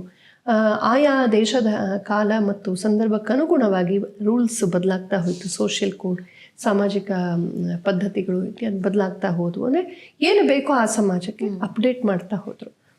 ನಂತರದ ಕಾಲದಲ್ಲಿ ಏನಾಯಿತು, ಮಧ್ಯಯುಗದಲ್ಲೆಲ್ಲ ಸ್ವಲ್ಪ ಇರೋದನ್ನಷ್ಟೇ ಇಟ್ಕೊಂಡು ಪಾಂಡಿತ್ಯದಿಂದ ಅದನ್ನು ಇಂಟರ್ಪ್ರೆಟ್ ಮಾಡ್ಕೊಂಡು ಬದುಕಿದ್ರೆ ಹೊರತು ಋಷಿಗೆ ಏನಾಗುತ್ತೆ ಅಂದರೆ ಪಾಂಡಿತ್ಯ ಒಂದೇ ಅಲ್ಲ, ಅದಕ್ಕಿಂತ ಹೆಚ್ಚಿನ ಒಂದು ಲೋಕ ಕಾರುಣ್ಯ ಇರುತ್ತೆ. ಈಗ ಶಂಕರಾಚಾರ್ಯರನ್ನ ನಾವು ಯಾಕೆ ಋಷಿತ್ವಕ್ಕೆ ಆಚಾರ್ಯರು ಅಂತ ಹೇಳ್ತೀವಿ ಅಂದರೆ ಲೋಕ ಕಾರುಣ್ಯ ಇತ್ತು. ಈಗ ರಾಮಾನುಜಾಚಾರ್ಯ ಇರ್ಬೋದು, ಮಧ್ವಾಚಾರ್ಯ ಇರ್ಬೋದು, ಅಥವಾ ಭಗವಾನ್ ವಿದ್ಯಾರಣ್ಯರ್ ಇರ್ಬೋದು, ಭಗವಾನ್ ಚಾಣಕ್ಯ ಇರ್ಬೋದು, ಕೃಷ್ಣನೇ ತಗೊಳ್ಳಿ, ರಾಮನೇ ತಗೊಳ್ಳಿ, ಬುದ್ಧ ತಗೊಳ್ಳಿ, ಹನುಮಂತ ತಗೊಳ್ಳಿ, ಬಸವೇಶ್ವರ ತಗೊಳ್ಳಿ, ಅಲ್ಲಮರ್ ತಗೊಳ್ಳಿ, ಇವರೆಲ್ಲ ಯಾಕೆ ನಮ್ಮ ಮುಖ್ಯ ಆಗ್ತಾರೆ? ಎಷ್ಟೋ ಜನ ಸಾಧು ಸಂತರಿಲ್ವಾ, ಎಷ್ಟೋ ಜನ ಜ್ಞಾನಿಗಳಿಲ್ವಾ, ಎಷ್ಟೋ ಜನ ಪಂಡಿತರಿಲ್ವಾ? ಆ ಪಾಂಡಿತ್ಯ, ಆ ಜ್ಞಾನ, ಆ ಕರ್ತೃತ್ವ ಶಕ್ತಿ, ಆ ನೇತೃತ್ವ ಶಕ್ತಿ ಲೋಕ ಕಾರುಣ್ಯದೊಂದಿಗೆ ಸೇರಬೇಕು. ಆಗ ತುಂಬ ಉಪಯೋಗ ಆಗುತ್ತೆ ಜಗತ್ತಿಗೆ. ಅಂಥ ಲೋಕ ಕಾರುಣ್ಯ ಋಷಿಗಳಲ್ಲಿತ್ತು. ಅದಕ್ಕೆ ಅವ್ರು ಏನೇನು ಕಂಡುಕೊಂಡ್ರು ಆ ರಹಸ್ಯಗಳನ್ನು, ಅದನ್ನು ನಮ್ಮನ್ನು ನೋಡಿದ್ರು, ಸಾಮಾನ್ಯ ಜನರನ್ನು. ಬರೀ ವಸ್ತು ಪ್ರಪಂಚದಲ್ಲೇ ವಸ್ತು, ಹಣ ಸಂಗ್ರಹ ಮಾಡೋದು, ವಸ್ತುಗಳು ಕೊಂಡ್ಕೊಳ್ಳೋದು, ಆ ವಸ್ತು ಒಂದಿನ ಅಳಿಯತ್ತೆ, ಆಡೋದು, ಮತ್ತೆ ಅಂದರೆ ಸಂಚಯ ಪಡೆಯೋದು, ಕಳ್ಕೊಳ್ಳೋದು, ಇದು ಮುಗಿಯದ ಓಟ. ಸೊ ಈ ಓಟದಲ್ಲಿ ನಾನು ಯಾರು ಅಂತ ನಾವು ಮರ್ತೋಗ್ಬಿಡ್ತೀವಿ. ಇದು ಜಗತ್ತಿನ ಒಂದು ಕಹಿ ಸತ್ಯ. ಸೊ ಇದಿದ್ದದ್ದೇ. ಜನಧನದ ಸಂಘದಲ್ಲಿ ಅವನ ಮರೆಯದ ತೆರೆದಿಗೆ ಎಚ್ಚರಿರು ಭ್ರಮೆಯನ್ನು ಒತ್ತದೂಡು ಅಂತ ಹಾಡು ಬರುತ್ತಲ್ಲ, ಹಾಗೆ ಆ ಜನಧನದ ಸಂಘವೇ ಸರ್ವಸ್ವ ಅನ್ನೋ ಭ್ರಾಂತಿ ಇರಬಾರ್ದು. ಜನಧನ ಬೇಡ ಅಂತಲ್ಲ, ಬಟ್ ಅದೇ ಸರ್ವಸ್ವ ಅಲ್ಲ, ಅದಕ್ಕೊಂದು ಮಿತಿ ಇರುತ್ತೆ. ಈಗ ಅಡುಗೆ ಮಾಡಿ ಮುಗಿಸ್ಬಿಟ್ಟು ಅಡುಗೆ ಮನೆ ಕ್ಲೋಸ್ ಮಾಡಿ ಎಲ್ಲ ತೊಳೆದು ಬಳ್ದು ಇಟ್ಬಿಟ್ಟು ಬಂದ್ಬಿಡ್ಬೇಕು.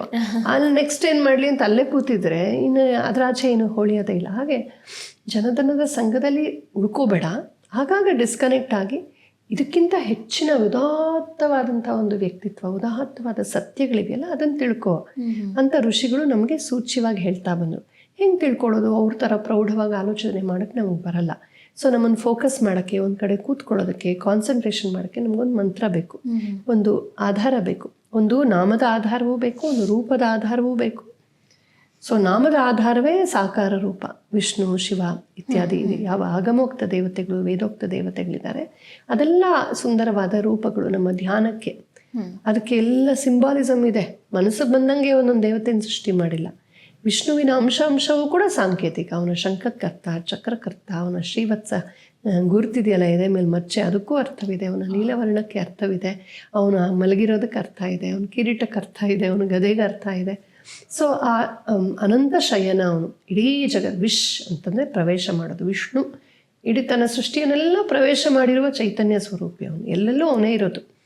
ಅದನ್ನು ತೋರಿಸೋದಕ್ಕೆ ಅವನ ಅನಂತ ಶಯನ ಇಷ್ಟು ಅಗಲವಾಗಿ ಮಲಗಿರ್ತಾನೆ, ನಮ್ಮೊಳಗೆ ಅವನು ಸುಪ್ತವಾಗಿದ್ದಾನೆ ಅಂತ ತೋರ್ಸೋಕೆ ಅವನು ಮಲ್ಕೊಂಡ ಹಾಗೆ ತೋರಿಸ್ತಾರೆ. ಹೀಗೆ ಸಿಂಬಾಲಿಸಮ್ನ ತಂದು ಭಕ್ತಿಯ ಮನಸ್ಸಿಗೆ ನಮ್ಮನ್ನು ಫೋಕಸ್ ಮಾಡೋಕ್ಕೆ ಅನುಕೂಲ ಮಾಡಿಕೊಟ್ರು. ಆಮೇಲೆ ಆ ಮಂತ್ರವನ್ನು ಕೂಡ ಕೊಟ್ಟರು. ಮಂತ್ರಗಳನ್ನು ಮನನಕ್ಕಾಗಿ. ಈ ಮಂತ್ರಗಳನ್ನು ಅವರು ಸೃಷ್ಟಿ ಮಾಡಿಲ್ಲ, ಇರುವ ಮಂತ್ರಗಳನ್ನು ಗ್ರಹಿಸಿದ್ರು, ಅದು ನಮಗೆ ಬೋಧಿಸಿದ್ರು. ಓಂಕಾರ ಪುರಸ್ಸರವಾಗಿ ಮಂತ್ರ, ದೇವತಾನಾಮ ಇವುಗಳನ್ನು ಕೊಟ್ಟು ಹೇಗೆ ಅದನ್ನು ಜಪ ಮಾಡಬೇಕು, ಹೇಗೆ ತಪಸ್ಸು ಮಾಡಬೇಕು. ನಾವು ಗೃಹಸ್ಥರಾಗಿರ್ಬೋದು, ನಾವು ಏನೇ ಆಗಿರ್ಬೋದು, ಬಡವರಾಗಿರ್ಬೋದು, ಶ್ರೀಮಂತರಾಗಿರ್ಬೋದು, ನಮ್ಮ ವೃತ್ತಿ ಏನೇ ಇರಲಿ, ನಾವು ಎಲ್ಲಿಗೆ ಸೇರಿರಲಿ, ಆದರೆ ನಾವು ಮೂಲತಃ ಆತ್ಮಸ್ವರೂಪಿಗಳು. ಈ ಭೌತಿಕದಿಂದ ಸ್ವಲ್ಪ ಬಿಡಿಸ್ಕೊಂಡು ನಾವು ಅಂತರ್ಮುಖವಾಗಿ ಆ ಪರಮಾರ್ಥದ ಕಡೆಗೆ ಮನಸ್ಸನ್ನು ಹರಿಸ್ಬೇಕು. ಆದರೆ ಹೆಂಗೆ ಅಬ್ಸ್ಟ್ರಾಕ್ಟ್ ಅಲ್ವಾ, ಅದು ತಲೆಗೆ ಹೋಗಲ್ಲ. ನಮಗೆ ಮೊದಲು ಕಣ್ಣಿಗೆ ಕಾಣುವಂಥದ್ದು, ಕಿವಿ ಕೇಳೋವಂಥದ್ದೇ ಬೇಕು. ನಮ್ಮ ಮನಸ್ಸು ಕಂಡೀಷನ್ ಆಗಿಬಿಟ್ಟಿದೆ, ಅದಕ್ಕೆ ಹೊಂದ್ಕೊಂಡ್ಬಿಟ್ಟಿದೆ, ಅದು ಬಿಟ್ಟಿರೋಕ್ಕಾಗಲ್ಲ. ಈ ಒಂದು ಮಿತಿ ನಮ್ಮಲ್ಲಿ ಇರೋವರೆಗೂ ನಮಗೆ ಮಂತ್ರ ಬೇಕಾಗತ್ತೆ. ಅದಕ್ಕಾಗಿ ಆ ಮಂತ್ರಗಳನ್ನು ಅವರೇ ನಮಗೆ ಕರುಣೆಯಿಂದ ಕೊಟ್ಟರು. ಮಂತ್ರಶಾಸ್ತ್ರಗಳೇ ಇದೆಯಂತೆ, ನನಗೆ ಅದ್ರ ಬಗ್ಗೆ ಹೆಚ್ಚು ಏನೂ ಗೊತ್ತಿಲ್ಲ. ಗುರುಮುಖೇನ ಪಡೆದ್ರೆ ಒಳ್ಳೆಯದು. ಎಲ್ಲ ಕೆಲವು ಮಹಾಮಂತ್ರಗಳು, ಉದಾಹರಣೆಗೆ ಈಗ ಭಾಗವತಾದಿ ಎಲ್ಲ ಪುರಾಣಗಳಲ್ಲಿ ಓಂ ನಮಃ ಶಿವಾಯ ಬರುತ್ತೆ. ಅದು ಪಂಚಾಕ್ಷರಿ, ಬರೀ ನಮಃ ಶಿವಾಯ ಆದರೆ ಪಂಚಾಕ್ಷರಿ, ಓಂ ಸೇರಿಸಿದಾಗ ಷಡಕ್ಷರಿ. ಹಾಗೆ ಗೌರಿ ಷಡಕ್ಷರಿ ಅಂತಿದೆ. ಮದುವೆ ಆದ ತಕ್ಷಣ ಹೆಣ್ಣು ಮಕ್ಕಳಿಗೆ ಮದುವೆ ದಿನವೇ ಮದುವೆ ಆಗತ್ತಲ್ಲ, ಅಮ್ಮ ಗೌರಿ ಪೂಜೆ ಮಾಡಿ ಗೌರಿ ತಾಳಿ ಅಂತ ಒಂದು ಕಟ್ತಾರೆ ಅವ್ರ ಮನೆ ಕಡೆ. ನಮ್ಮ ಕಡೆ ಅದು ಮಾಡ್ತಾರೆ ಹಾಗೆ ಕರ್ನಾಟಕದಲ್ಲಿ. ಆಗ ಅವರೊಂದು ಗೌರಿ ಷಡಕ್ಷರಿ ಕೊಡ್ತಾರೆ. ಇನ್ನು ಕೆಲವು ಕುಲಗಳಲ್ಲಿ ಮದುವೆ ಆಗಿ ಹೋದ ತಕ್ಷಣ ಅತ್ತೆ ಕೊಡ್ತಾರೆ. ಸೊ ಮದುವೆ ಅಂದರೆ ಬರೀ ಮುಳುಗೋಗೋದು, ಮರ ಸುತ್ತೋದು, ಹನಿಮೂನಿಂಗ್ ಅಲ್ಲ, ಸ್ವಲ್ಪ ದೇವರನ್ನ ಮರಿಬೇಡ ಅಂತ ಗೌರಿ ಷಡಕ್ಷರಿ ಕೊಡ್ತಾರೆ. ಇನ್ನು ಕೆಲವರು ಕುಲಗುರುಗಳ ಮೂಲಕ ತಮ್ಮ ಇಷ್ಟ ದೇವತೆ ದುರ್ಗಾನೋ ಕುಲದೇವತೆಯ ಮಂತ್ರವನ್ನು, ಇಷ್ಟ ದೇವತೆಯ ಮಂತ್ರವನ್ನು ಪಡೀತಾರೆ. ವಿಷ್ಣು ಮಂತ್ರಗಳಿವೆ, ಓಂ ನಮೋ ಭಗವತೆ ವಾಸುದೇವಾಯ ಅಂತ ಭಾಗವತದಲ್ಲಿ. ಇದೆಲ್ಲ ಮಹಾಮಂತ್ರಗಳು. ಅಂದರೆ ಇದು ಎಲ್ಲರಿಗಾಗಿ ಭಗವಾನ್ ವೇದವ್ಯಾಸರೇ ಉಪದೇಶ ಮಾಡಿಬಿಟ್ಟಿದ್ದಾರೆ. ಅದನ್ನು ನಾವು ಹಾಗೆ ಪಿಕಪ್ ಮಾಡಿಕೊಂಡು ನಾವು ಹೇಳ್ಕೊಳ್ಬೋದು. ಆದರೆ ಗುರುಮುಖೇನ ಪಡೆದೇ ತುಂಬ ಶ್ರೇಷ್ಠ. ಈಗ ನಾವು ಯಾವುದೇ ಇಂಜಿನಿಯರಿಂಗ್ ಪುಸ್ತಕ ತೆಗೆದು ನಾನು ಓದಿದ್ರೆ ಏನು ತೊಂದರೆ ಇಲ್ಲ. ಆದರೆ ನಂಗೆ ಇಂಜಿನಿಯರಿಂಗ್ ಸರ್ಟಿಫಿಕೇಟ್ ಬೇಕು ಅಂದರೆ ನಾನು ಕಾಲೇಜಲ್ಲಿ ಎನ್ರೋಲ್ ಆಗಿ ಅಲ್ವಾ ಪಾಸ್ ಆಗಿ ಮಾನ್ಯತೆ ಪಡಿಬೇಕು. ಸುಮ್ಮನೆ ನನಗೂ ಗೊತ್ತು, ಟಿ ವಿನಲ್ಲಿ ಕೇಳಿದೆ, ಅಲ್ಲೇನಾ ಗಾಯತ್ರಿ ಮಂತ್ರ ಇಷ್ಟೇನಾ, ಗಾಯತ್ರಿ ಮಂತ್ರ ನಂಗೆ ಗೊತ್ತು, ಅದಷ್ಟೇ ಮೇಲ್ನೋಟಕ್ಕೆ. ಗುರುಮುಖೇನ ವಿಧಿಯುಕ್ತವಾಗಿ ಅದ್ರ ಮಂತ್ರವನ್ನು ದೀಕ್ಷೆ ಪಡೆದು ಮಾಡಿದಾಗ ಅದ್ರ ಫಲವೇ ಬೇರೆ. ಈಗ ಎಲ್ಲ ಕಡೆ ನೀರು ಬರುತ್ತೆ ಟ್ಯಾಪಲ್ಲಿ, ಆದರೆ ಪೂಜೆ ಮಾಡಿ ಶಂಖದಿಂದ ಅದೇ ನೀರನ್ನು ಹಾಕಿದಾಗ ಅದಕ್ಕೆ ಶಂಖದಿಂದ ಬಿದ್ರೇನೆ ತೀರ್ಥ ಇರ್ತಾರ, ಅದರ ಒಂದು ಮಹತ್ವ ಅದಕ್ಕಿದ್ದೇ ಇರುತ್ತೆ. ನಾವು ಆ ಥರ ಟ್ರಿವಿಯಲೈಸ್ ಮಾಡಬಾರ್ದು ಅದನ್ನು. ಇವಾಗ ಎಲ್ಲ ಕಡೆ ಸಿಕ್ಕೋದ್ರಿಂದ ಆ ಥರ ಎಲ್ಲ ಅಭಿಪ್ರಾಯಗಳಿದೆ, ತಪ್ಪು. ಅದಕ್ಕೆ ತನ್ನದೇ ಆದ ಮಹತ್ವ ಇರುತ್ತೆ. ಆ ಮಹತ್ವ ನಮಗೆ ಸಾಧನೆಯಿಂದ ಮಾತ್ರವೇ ಗೊತ್ತಾಗುವಂಥದ್ದು. ಸೊ ಹೀಗೆ ತುಂಬ ಮಂತ್ರಗಳಿವೆ, ದೇವಿ ಮಂತ್ರಗಳಿವೆ. ಹರೇ ಕೃಷ್ಣ ಕೃಷ್ಣ ಕೃಷ್ಣ ಹರೇ ಹರೇ, ಹರೇ ರಾಮ ರಾಮ ರಾಮ ಹರೇ ಹರೇ. ಅದು ಭಾಗವತಾದಿಗಳಲ್ಲಿ ಬರುವಂಥ ಮಂತ್ರವೇ. ಅದೇನು ಇಸ್ಕಾನವ್ರು ಕಣ್ಣು ಹುಡುಕಿರೋ ಮಂತ್ರ ಅಲ್ಲ. ತುಂಬ ಜನ ತಪ್ಪು ತಿಳ್ಕೊಂಬಿಟ್ಟಿದ್ದಾರೆ. ಹಾಗಲ್ಲ, ಅದು ಇರುವ ಮಂತ್ರವೇ. ಇರುವ ಬಹಳ ಪ್ರಸಿದ್ಧವಾದ ಗೌಡಿಯ ವೈಷ್ಣವ ಪಂಥದಲ್ಲಿ ಹೆಚ್ಚಾಗಿ ಅದನ್ನು, ಗೌಡಿಯ ವೈಷ್ಣವ ಪಂಥ ಅಂದರೆ ಒಡಿಸ್ಸಾ, ಅಸ್ಸಾಂ ಮತ್ತು ಬಂಗಾಳ, ಬಾಂಗ್ಲಾದೇಶ ಆ ಕಡೆ ಎಲ್ಲ ಗೌಡಿಯ ವೈಷ್ಣವ ಪಂಥ ತುಂಬ ಪ್ರಸಿದ್ಧ. ಗೌಡ ದೇಶ ಅಂತದು, ಅಲ್ಲಿ ಹೆಚ್ಚು ಪ್ರಸಿದ್ಧ. ಅದು ಅಲ್ಲಿನವರಾದ್ರಿಂದ ಶ್ರೀಲಾ ಪ್ರಭುಪಾದರು ಈ ಕಡೆ ಅವರದನ್ನು ಪ್ರಸಿದ್ಧಗೊಳಿಸಿದ್ರು. ಸೊ ಹೀಗೆ ತುಂಬ ಮಂತ್ರಗಳಿವೆ, ದೇವಿ ಮಂತ್ರಗಳಿವೆ. ಹರೇ ಕೃಷ್ಣ ಕೃಷ್ಣ ಕೃಷ್ಣ ಹರೇ ಹರೇ, ಹರೇ ರಾಮ ರಾಮ ರಾಮ ಹರೇ ಹರೇ. ಅದು ಭಾಗವತಾದಿಗಳಲ್ಲಿ ಬರುವಂಥ ಮಂತ್ರವೇ. ಅದೇನು ಇಸ್ಕಾನವ್ರು ಕಣ್ಣು ಹುಡುಕಿರೋ ಮಂತ್ರ ಅಲ್ಲ. ತುಂಬ ಜನ ತಪ್ಪು ತಿಳ್ಕೊಂಬಿಟ್ಟಿದ್ದಾರೆ. ಹಾಗಲ್ಲ, ಅದು ಇರುವ ಮಂತ್ರವೇ. ಇರುವ ಬಹಳ ಪ್ರಸಿದ್ಧವಾದ ಗೌಡಿಯ ವೈಷ್ಣವ ಪಂಥದಲ್ಲಿ ಹೆಚ್ಚಾಗಿ ಅದನ್ನು, ಗೌಡಿಯ ವೈಷ್ಣವ ಪಂಥ ಅಂದರೆ ಒಡಿಸ್ಸಾ, ಅಸ್ಸಾಂ ಮತ್ತು ಬಂಗಾಳ, ಬಾಂಗ್ಲಾದೇಶ ಆ ಕಡೆ ಎಲ್ಲ ಗೌಡಿಯ ವೈಷ್ಣವ ಪಂಥ ತುಂಬ ಪ್ರಸಿದ್ಧ. ಗೌಡ ದೇಶ ಅಂತದು, ಅಲ್ಲಿ ಹೆಚ್ಚು ಪ್ರಸಿದ್ಧ. ಅದು ಅಲ್ಲಿನವರಾದ್ರಿಂದ ಶ್ರೀಲಾ ಪ್ರಭುಪಾದರು ಈ ಕಡೆ ಅವರದನ್ನು ಪ್ರಸಿದ್ಧಗೊಳಿಸಿದ್ರು. ಈ ಥರದ ಮಹಾಮಂತ್ರಗಳಿವೆ. ಮಹಾಮಂತ್ರಗಳು ಅಂದರೆ ದೀಕ್ಷಾ ವಿಧಾನದಲ್ಲಿ ಪಡೆಯೋಕ್ಕೆ ಸಾಧ್ಯವಾಗದೆ ಹೋದರೂ ಭಕ್ತಿಯಿಂದ ನಾವು ಹೇಳ್ಕೊಳ್ಬೋದು, ವೇದವ್ಯಾಸರೇ ನಮಗೆ ಕೊಟ್ಟಿದ್ದಾರೆ ಅನ್ನೋ ಥರ ಲೆಕ್ಕ. ಆದರೂ ಗುರುಮುಖೇನ ಪಡೆದ್ರೆ ತುಂಬ ಒಳ್ಳೆಯದು, ನಮಗೂ ಒಂದು ಕಮಿಟ್ಮೆಂಟ್ ಬರುತ್ತೆ.